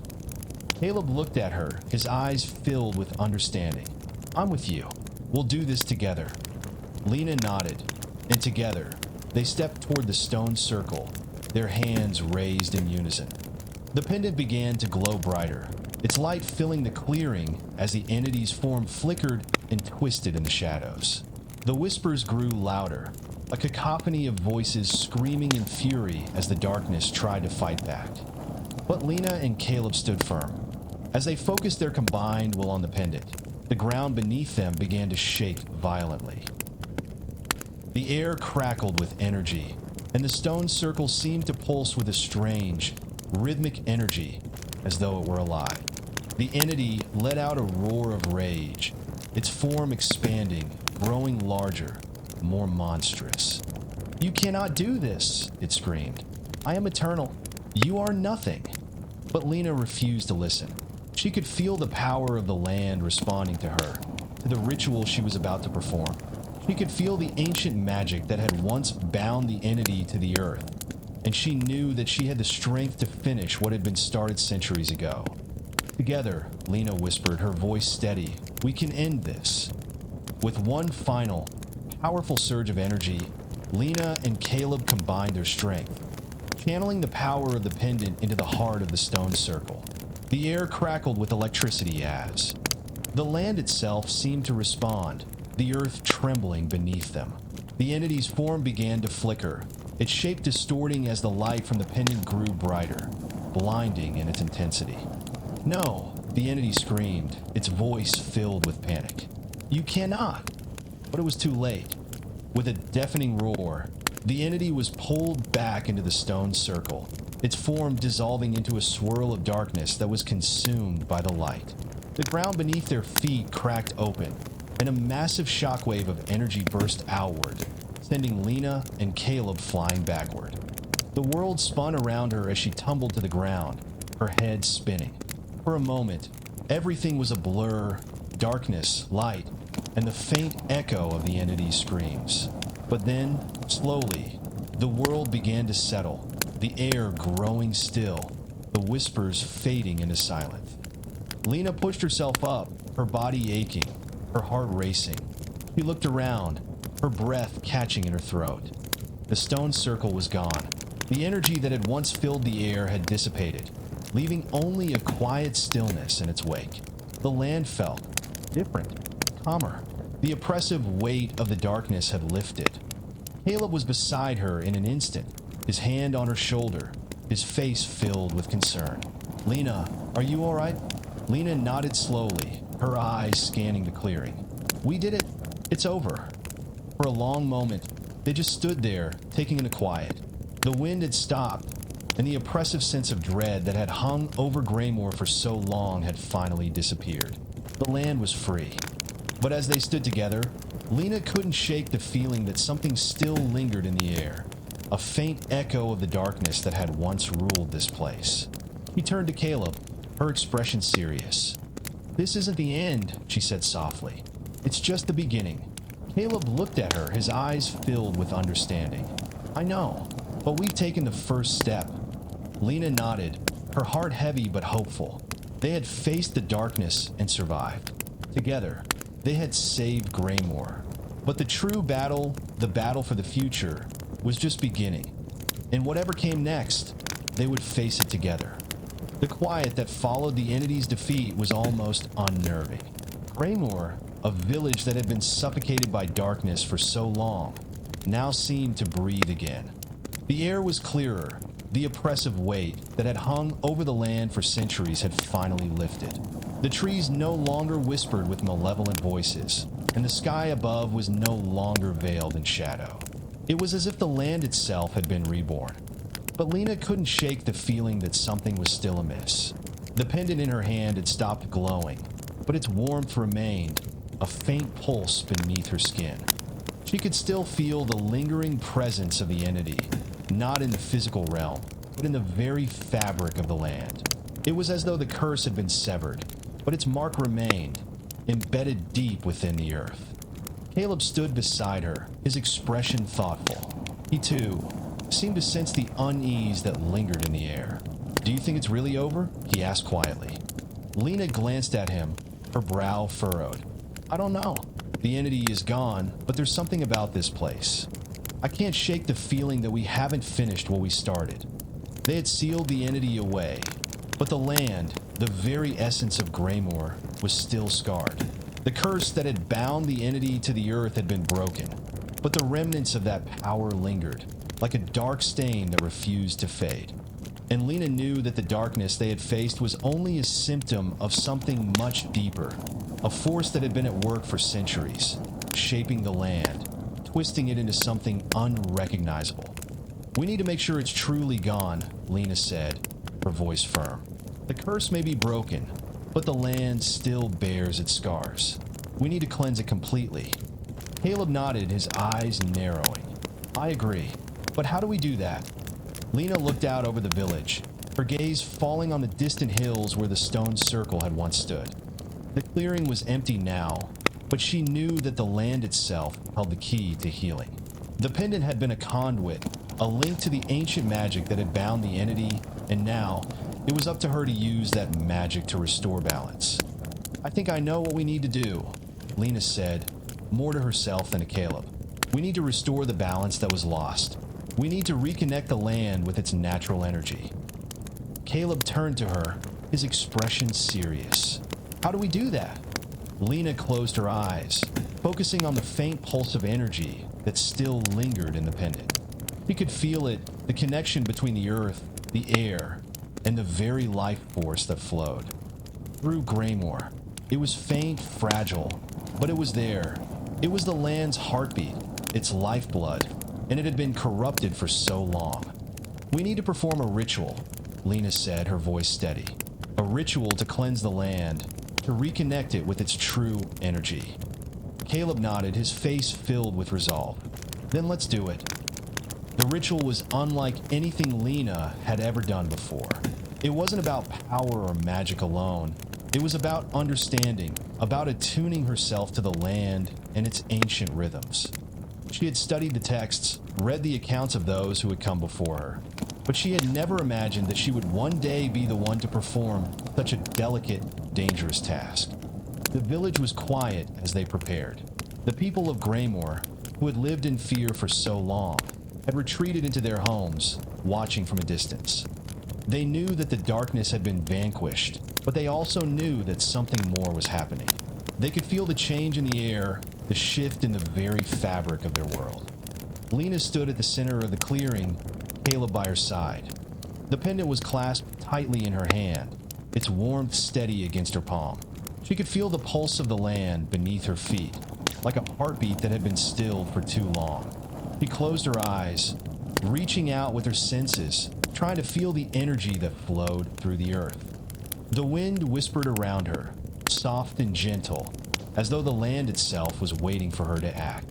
Lena took a deep breath, centering herself, and began to speak the ancient words that had been passed down through the generations. The language was old, its syllables thick with power, and as she spoke, she could feel the earth respond. The ground beneath her feet trembled, a low hum filling the air as the energy began to gather. Caleb stood silently by her side, his eyes focused on the pendant. He could feel the magic swirling around them, the power of the ritual growing stronger with each word Lena spoke. The land was alive, responding to her, to them, and the curse that had plagued Graymore for so long began to fade, its influence weakening. But the ritual was not without its cost. Lena could feel the strain in her body, the pull of the earth's energy draining her strength. The pendant's warmth grew hotter, its glow intensifying as the power of the land surged through her. She could feel the darkness that had once consumed Graymore fighting back, trying to reassert its hold on the land. The whispers, the voices of the entity, echoed in her mind once more, urging her to stop, to give in. But Lena pressed on, her voice steady, her resolve unshaken. She could hear Caleb's voice in her mind, his words of encouragement pushing her forward. "You're not alone, Lena," he whispered, though his voice was a faint echo in her mind. "We're in this together." And with that, Lena poured every last ounce of her strength into the ritual. The pendant blazed with light, its energy surging through the earth, cleansing the land of the darkness that had once held it captive. The ground trembled beneath them, and for a moment, Lena felt as though she might be torn apart by the sheer force of the magic. But then, as suddenly as it had begun, the power surged and the land was still. The air was thick with the scent of earth and renewal, and the oppressive weight that had hung over Graymore for so long had finally lifted. The land was free. Lena collapsed to her knees, exhausted but triumphant. Caleb was by her side in an instant, his hand on her shoulder, his voice filled with concern.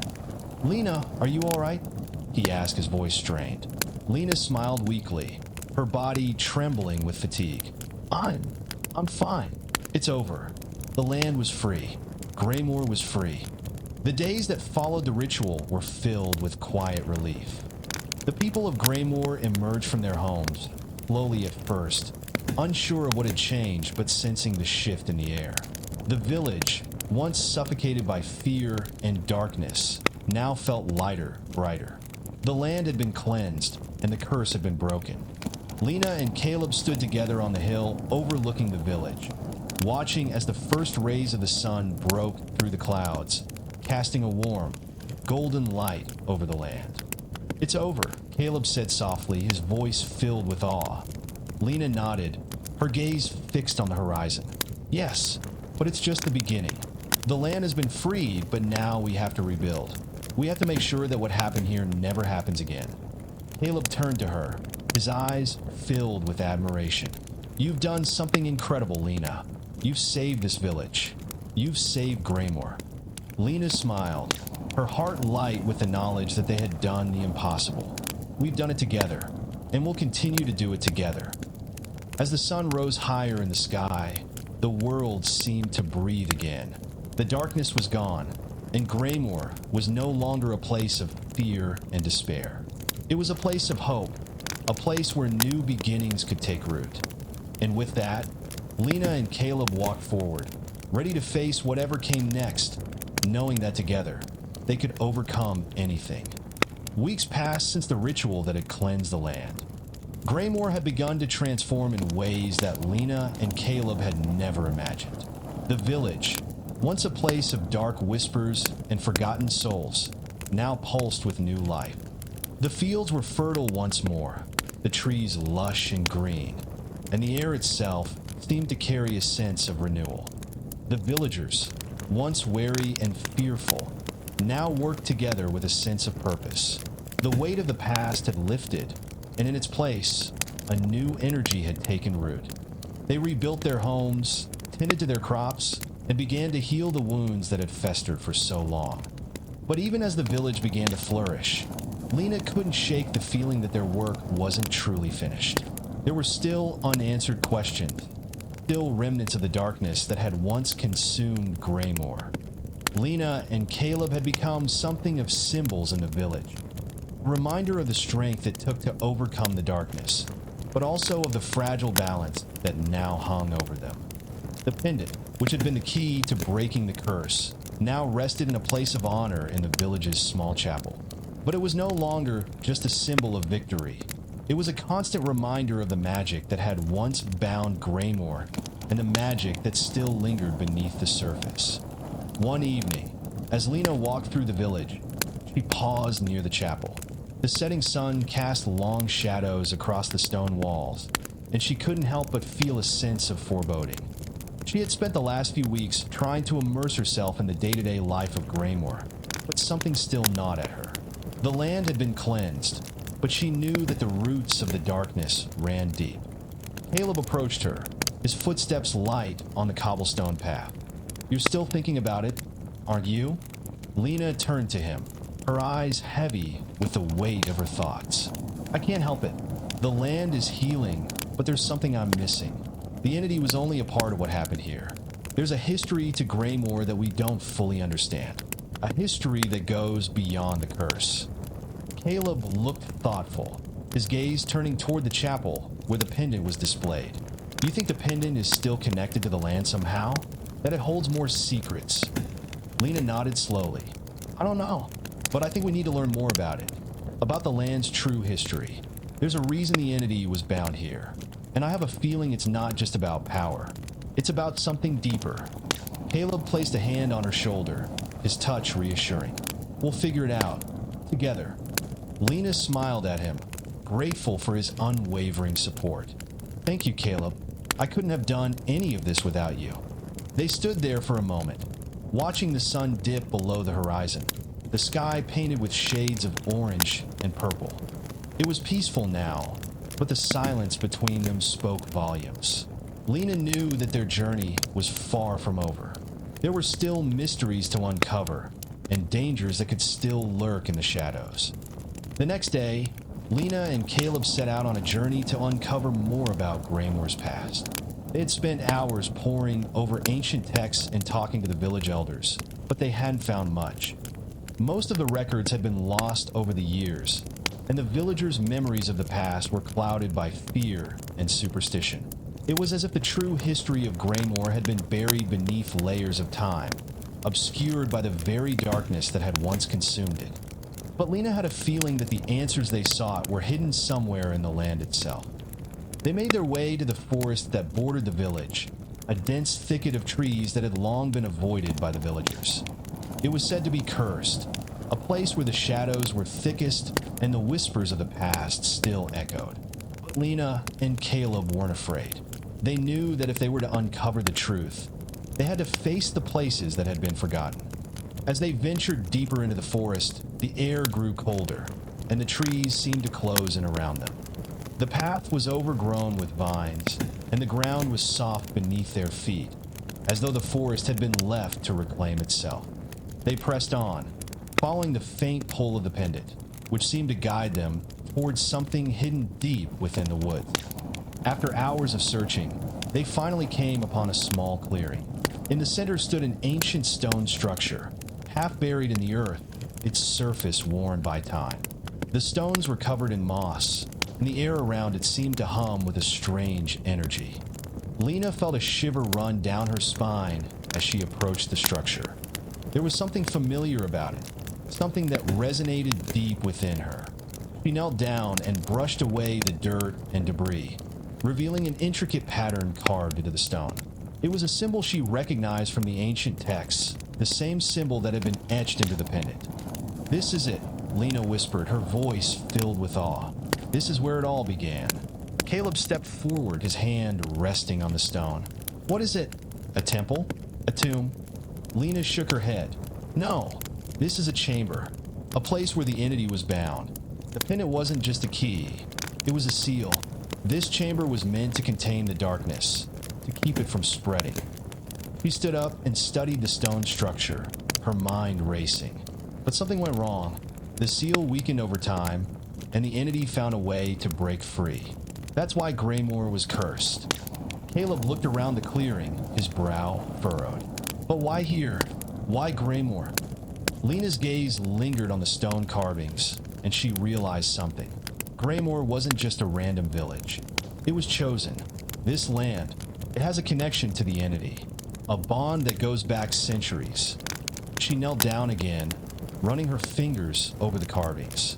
As she did, the stone beneath her fingertips began to shift, and a hidden passageway opened before them, leading deep into the earth. Lena and Caleb exchanged a glance, both of them knowing that they had just uncovered something far more dangerous than they had anticipated. The passage was narrow and winding, the air damp and heavy with the scent of earth and decay. As they descended deeper into the earth, the walls of the tunnel seemed to close in around them, and the temperature dropped, making Lena's breath visible in the air. The passage led them to a large underground chamber, its walls lined with ancient symbols and carvings. In the center of the room stood a massive stone altar, its surface covered in dust and cobwebs.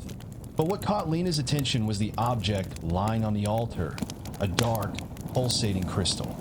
It was the source of the entity's power. Lena stepped forward, her heart pounding in her chest. She could feel the dark energy radiating from the crystal, its presence like a weight pressing down on her. It was as though the crystal itself was alive, its power thrumming with a malevolent force. "This is it," Lena whispered, her voice filled with awe and fear. "This is what we've been searching for." Caleb stepped closer, his hand resting on the hilt of his sword. "What do we do now?" Lena didn't answer immediately. She was too focused on the crystal, on the way it seemed to call to her, as though it recognized her presence. She could feel the darkness swirling around her, its whispers growing louder, urging her to take the crystal, to use its power. But Lena knew better.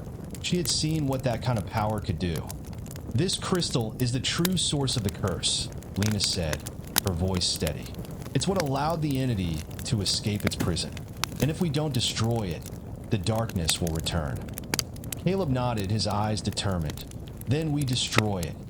But as Lena stepped forward, she felt a surge of energy from the crystal, a wave of power that sent her stumbling back.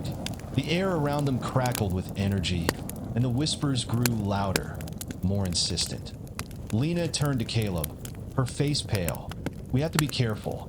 The crystal is bound to the land, to the very essence of Graymore. If we destroy it, we risk unleashing the darkness again." They stood there, the weight of their decision pressing down on them. To destroy the crystal was to risk everything, but to leave it intact was to invite the return of the entity and the curse that had once consumed Graymore.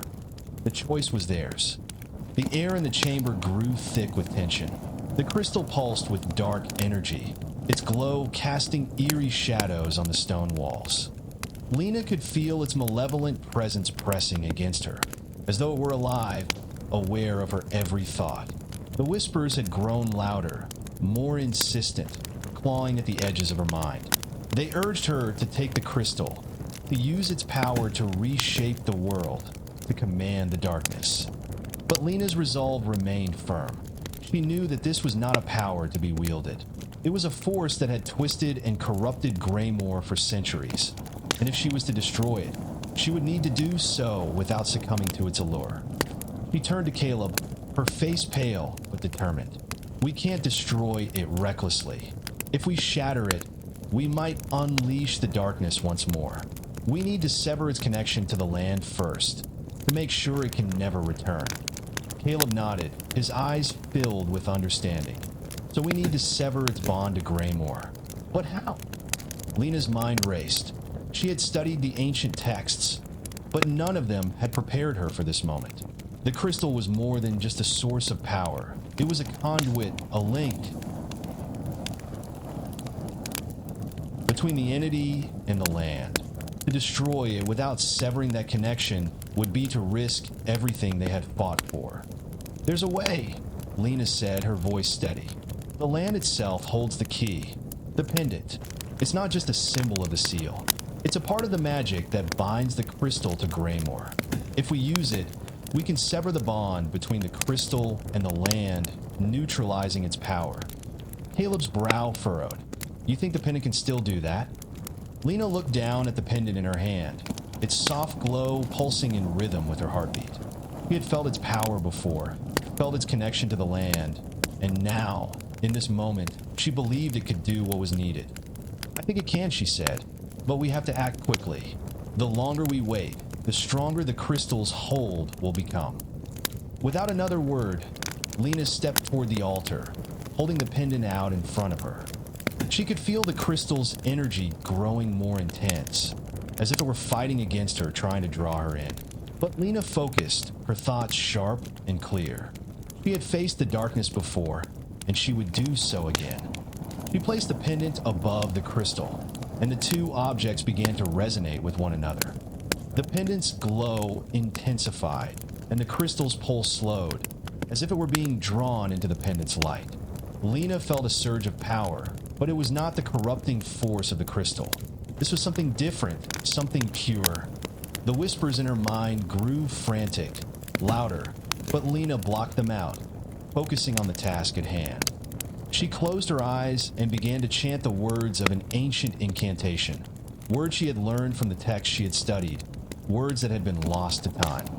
As she spoke, she could feel the earth beneath her feet tremble, as though the land itself was responding to the magic she was wielding. The air grew thick with energy, and for a moment, Lena feared she might not be able to contain it. But then, with a final, resounding word, the connection between the crystal and the land was severed. The crystal's glow flickered, its pulse slowing to a stop. The whispers died away, and the oppressive weight that had filled the chamber lifted. Lena opened her eyes, and the crystal was no longer pulsing with dark energy. It was still lifeless. She exhaled a breath she didn't realize she'd been holding, her body trembling with exhaustion. Caleb stepped forward, his hand resting on her shoulder. "You did it," he said, his voice filled with awe. Lena nodded slowly, her mind still reeling from the intensity of the magic. "It's over," she whispered. "The crystal is neutralized. The connection to the land is severed." But even as she spoke, a part of her felt uneasy. The crystal was no longer a threat, but the land. The land was still scarred. There was still so much to do. They stood in the chamber for a long time, the silence stretching between them as they processed the enormity of what had just happened. The crystal, now dormant, no longer posed a threat, but the weight of its centuries of corruption still lingered in the air. Lena turned to Caleb, her eyes filled with a quiet resolve. "We've done what we could, but this land, it's going to take time to heal." Caleb nodded, his gaze drifting over the altar and the now still crystal. "The curse is broken, but the scars it left on Graymore won't fade overnight." Lena's thoughts turned to the village. The people of Graymore had been freed from the terror that had gripped them for so long, but they still had to rebuild. The land itself had been tainted by the entity's presence for generations, and though the immediate danger had passed, the village's true recovery was just beginning. "We'll help them," Lena said softly. "We'll help them rebuild, and we'll make sure the mistakes of the past are never repeated." Caleb's eyes met hers, his expression filled with quiet admiration. Together, Lena smiled faintly. Together, they made their way back to the village, the weight of their journey still heavy on their shoulders, but the knowledge that they had freed Graymore from its curse gave them strength. The villagers greeted them with cautious optimism, their eyes filled with gratitude, but also with the knowledge that the land still had a long way to go before it could truly heal. As Lena and Caleb walked through the village, the air felt lighter. The fields were beginning to show signs of life again, and the trees, once twisted and dark, were slowly beginning to return to their natural state. It would take time, but Graymore was on the path to recovery. The sun was setting as they arrived at the chapel, where the pendant now rested in its place of honor. The stone circle, once a place of dark rituals, had been cleared, and the land around it was beginning to show signs of life once more. The village was no longer a place of fear, but a place of hope. Lena stood at the edge of the village, looking out over the land. The darkness had been defeated, but the journey was far from over. There would always be challenges, always be threats to face. But for the first time in a long time, Lena felt a sense of peace. She knew that the land would heal, that Graymore would rebuild, and she knew that, whatever came next, she and Caleb would face it together. Years passed, and Graymore flourished. The village, once burdened by the weight of its dark past, had become a place of renewal. The people worked the land with care, tending to the fields and forests that had once been corrupted. The scars of the past were still visible, but they no longer defined the village. Graymore was a place of hope now, a place where the light of the future shone brightly. Lena and Caleb had become leaders in the village, guiding the people with wisdom and compassion. The pendant, now a symbol of the village's rebirth, was kept safe in the chapel, a reminder of the sacrifices made to free Graymore from the darkness. And though the whispers of the past still lingered in the corners of Lena's mind, She knew that the land had been healed. The entity was gone, the curse broken, and the people of Greymore had found a new path forward. Together, they had faced the darkness, and together, they had brought the light back. Though Greymore had begun to heal, Lena couldn't shake the feeling that something was still amiss. The village had flourished, yes, but there was a quiet tension that lingered in the air. It was as though the land itself was holding its breath, waiting for something. She spent her days working with Caleb and the villagers, helping to rebuild and restore what had been lost. The once dying crops now grew strong and healthy, and the trees that had once been twisted and gnarled were beginning to return to their natural state. Yet, in the back of her mind, Lena felt the weight of the pendant, its power, its history, haunting her thoughts. One evening, as the sun dipped below the horizon and the sky was painted in hues of orange and purple, Lena stood at the edge of the village, looking out over the forest that bordered Greymore. The wind rustled through the trees, and she felt a sudden chill run down her spine. Caleb joined her, his presence a quiet comfort. "You're still troubled, aren't you?" he asked softly, his voice carrying the weight of unspoken understanding. Lena nodded, her gaze fixed on the darkening woods. "I don't know. It's just, I can't shake the feeling that something is still out there. Something that we missed." Caleb frowned. "We severed the bond between the crystal and the land. The curse is broken. The entity is gone." Lena turned to him, her eyes filled with uncertainty. "I know, but the pendant, it's not just a key or a seal. It's a connection to something older, something deeper. We don't fully understand it yet." Caleb's expression softened. "Do you think the pendant could still be a threat?" Lena's voice was barely above a whisper. "I don't know, but I think we need to find out." The next morning, Lena and Caleb set out for the ancient library in the heart of the village, a place that had long been abandoned. It was said to hold the forgotten knowledge of Greymore, the history that had been buried beneath the shadows of the curse. The village elders had once spoken of it, but no one had dared enter for fear of the dark magic that might still linger within its walls. Lena knew that if there were answers to be found, they would be here. As they entered the library, the air was thick with dust and the scent of old parchment. The shelves, once filled with books, were now nearly empty, their contents ravaged by time and neglect. But Lena's eyes were drawn to a large, ancient tome resting on a pedestal in the center of the room. It was bound in dark leather, its pages yellowed with age. "This must be it," she murmured, approaching the book with reverence. Caleb stood at her side, his hand resting on the hilt of his sword. "What is it?" Lena carefully opened the book, her fingers brushing over the delicate pages. The text was written in an ancient language, one that she recognized from the old scrolls she had studied. She began to translate aloud, her voice steady but filled with awe. "The pendant," she read, "is not merely a seal. It is a conduit, a link between the land and the ancient forces that once ruled here. It was created to bind the darkness, but in doing so, it became a part of it. And though the entity may have been banished, the pendant still holds a piece of that power." Lena paused, her heart racing. A piece of the power, of the entity. Caleb's hand tightened on his sword. So, the pendant could still be dangerous. Lena nodded grimly. "Yes, it's possible that even though the curse is broken, the pendant still holds a connection to the dark forces that once plagued this land. If it's not properly sealed, the darkness could return." She continued to read, her eyes scanning the text. To sever the connection completely, the pendant must be destroyed, but not just by force. The destruction must be done in a place of power, where the land's energy is strongest. A place where the Earth's natural magic can counteract the dark magic within the pendant. Lena closed the book with a soft thud, her thoughts swirling. "We need to find this place. If we don't destroy the pendant completely, there's no telling what could happen." Caleb looked at her, his expression hardening. "Then we find it. We destroy the pendant, once and for all." The search for the place of power led them deep into the heart of Greymore, to a location that had long been forgotten. The villagers had always believed that the center of the land was sacred, but few knew why. The land here was different, more alive, more vibrant. The trees were older, the air fresher. It was as though the land itself held its breath in anticipation.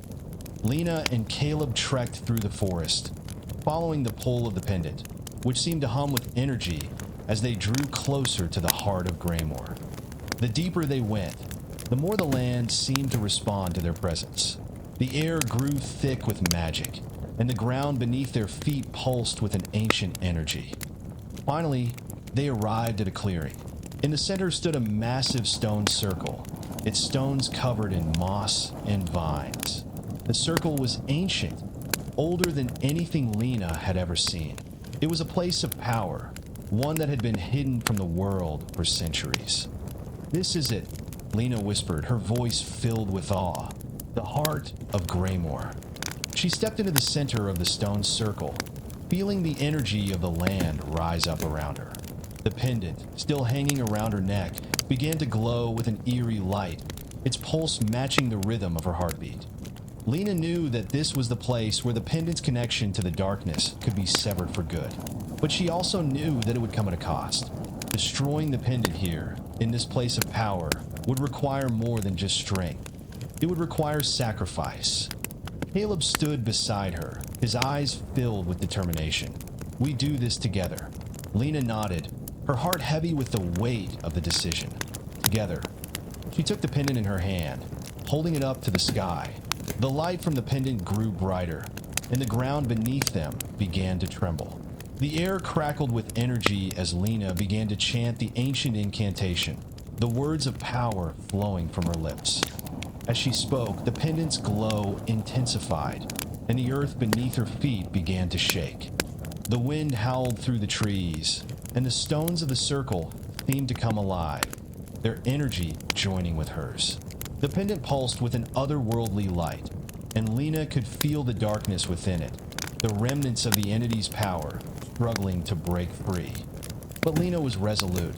She focused all her energy on the pendant, pouring her will into the incantation.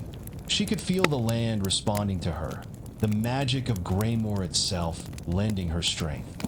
With a final, powerful word, Lena released all her energy into the pendant. There was a blinding flash of light, and the ground shook with a force that threatened to tear the world apart. Then, as quickly as it had begun, the light faded. The tremors stopped. The pendant, now lifeless, fell from Lena's hand, its glow extinguished. Lena collapsed to her knees, her body drained from the effort. Caleb was at her side in an instant, his hand on her shoulder. "We did it," he said, his voice filled with awe. Lena nodded, her breath shallow. "It's over." But as she looked around the stone circle, she realized that something had changed. The land felt lighter. The air was clearer. The magic of Graymore no longer tainted by the darkness that had once consumed it. It was as if the earth itself had been freed. Graymore was healed. Completely. Years passed, and Graymore continued to thrive. The land had fully recovered, and the village had grown into a thriving community, its people strong and united. The dark past was now just a distant memory, a story passed down through the generations. Lena and Caleb had settled into their roles as leaders of the village, guiding the people with wisdom and compassion. The pendant, once a symbol of power and corruption, had been buried deep within the earth, its dark magic forever sealed. Graymore was a place of peace now, a place where the light of the future shone brightly. And though Lena knew that the world was full of uncertainty, she had come to understand that the true strength of Graymore lay not in its past, but in the people who had chosen to rebuild it. Together, they had faced the darkness. Together, they had forged a new beginning. And in that beginning, there was hope. Despite the peace that had settled over Graymore, Lena's mind was never fully at rest. The village had prospered, and the land had healed, but there were still moments when she felt a subtle unease, a quiet whisper in the back of her mind that suggested the darkness was not entirely gone. She had learned to push it aside, focus on the future, but those moments of doubt lingered like a shadow she couldn't quite shake. One evening, as Lena walked through the village, the warm glow of lanterns casting long shadows on the cobblestone streets, she overheard a conversation between two villagers near the chapel. "I heard something strange last night," one of them said, her voice low and cautious, like a voice calling from the forest. The other villager shook his head. "You're just imagining things. There's nothing out there anymore. The curse is gone." But the first villager's expression remained uneasy. "I don't know. It sounded so real, like it was calling me." Lena paused, her heart skipping a beat. She had heard rumors of strange occurrences in the village, small things, whispers in the wind, fleeting glimpses of shadows in the corner of her vision. But she had always dismissed them as remnants of the fear that had once gripped Graymore. Now, however, that nagging feeling returned. She approached the villagers, her voice steady but filled with concern. "What exactly did you hear?" The first villager looked up at Lena, her eyes wide. "It was just a voice, like someone calling my name. I thought it was a dream, but it felt too real. I've been hearing it for days now." Lena's mind raced. Could it be that the entity's influence wasn't fully gone? That somehow it had found a way to linger, to leave a mark on the land even after the crystal had been destroyed? She had to find out. The next day, Lena and Caleb set out toward the forest. The sun was low in the sky, casting long shadows across the trees. The air was thick with the scent of pine and damp earth, and the forest seemed quieter than usual. It was as though the trees themselves were holding their breath, waiting. Lena led the way, her senses alert. She couldn't shake the feeling that something was watching them, following them through the trees. Caleb walked beside her, his eyes scanning the surroundings, his hand resting on the hilt of his sword. "What do you think is happening?" Caleb asked, his voice low. "I don't know," Lena replied, her eyes narrowed. "But there's something in this forest. Something we missed." They reached the clearing where the stone circle had once stood, now overgrown with ivy and moss. The air felt thick here, as though the land still carried the weight of the past. Lena knelt beside the stones, her fingers brushing over the ancient markings. There was no sign of the pendant, no trace of the dark magic that had once filled the space. But still, she felt a pull, an energy that seemed to come from deep within the earth. Lena stood, her eyes scanning the trees around them. "It's not here," she murmured, "but something's wrong." Suddenly, a voice echoed through the forest, soft and distant. It was a whisper at first, barely audible, but it grew louder, clearer. Lena, her heart raced. She recognized the voice. It was the voice of the entity, the one that had once haunted her dreams, the one that had nearly consumed Graymore. But how? How could it still be here? Caleb stepped closer to her, his hand gripping her arm. "Lena, we need to leave. This place, there's something wrong." But Lena couldn't move. The voice, though distant, seemed to pull her in, to draw her deeper into the forest. It called her name again, and this time it was accompanied by a soft, almost melodic hum, like a song that echoed through her very bones. "Lena!" She turned to Caleb, her eyes filled with fear and determination. "I have to go. It's calling me." "No, Lena," Caleb said firmly, his voice filled with urgency. "You don't know what's out there. It's not the same as before." But Lena shook her head, her gaze fixed on the direction of the voice. "It's the only way to end this. I have to face it." Without waiting for Caleb's response, Lena turned and walked deeper into the forest, her steps slow but purposeful. The voice grew louder, more insistent, and the hum that accompanied it seemed to pulse with energy, filling the air with a strange, magnetic force. Caleb followed her, his footsteps hesitant but determined. "Lena, wait!" Lena didn't stop. She couldn't. The voice was pulling her in, and she felt as though she had no choice but to follow it. It was the only way to truly end whatever was left of the darkness. They reached a secluded part of the forest, a place Lena had never been before. The trees here were older, their trunks twisted and gnarled, their branches reaching out like skeletal hands. The air was thick with an unnatural stillness, and the ground beneath their feet felt soft, as though the earth itself was alive. At the center of the clearing stood a large, dark stone, its surface covered in ancient symbols that seemed to pulse with an eerie light. The hum of the voice grew louder, and Lena felt her pulse quicken. This was it, the source of the darkness. The entity had left a mark here, deep within the forest, and it had been waiting for her to find it. Lena stepped forward, her hand reaching out to touch the stone. As her fingers brushed against its surface, a shock of cold energy coursed through her body, and the voice spoke again, clearer now, its words filled with malice. "Lena!" She gasped, her vision blurring as the world around her seemed to warp. The ground trembled beneath her, and the trees around her seemed to twist and writhe, their branches reaching toward her like claws. Caleb grabbed her arm, pulling her back. "Lena, don't touch it!" But it was too late. The stone pulsed with dark energy, and the ground split open beneath them, revealing a deep, black chasm.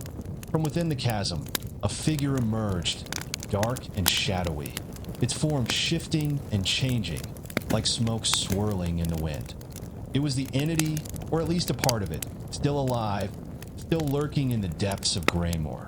It had never truly been destroyed. It had merely been waiting, hidden, biding its time. Lena's heart pounded in her chest as the figure reached out toward her, its tendrils of darkness curling around her. She felt the pull of its power, its cold embrace threatening to drag her into the chasm. But then, something shifted within her. The pendant, still hanging around her neck, began to glow faintly, its light a stark contrast to the darkness that surrounded them. Lena clenched her fist around it, her resolve hardening. "No," she whispered, her voice filled with defiance. "You won't take me." With a burst of energy, Lena unleashed the full power of the pendant, the light flooding the clearing and pushing back against the darkness. The entity howled in fury, its form dissolving into smoke, but it was not enough. The darkness had taken root too deeply in the land. Lena knew that the only way to truly banish it was to sever its connection to Graymore once and for all, but doing so would require a final, terrible sacrifice.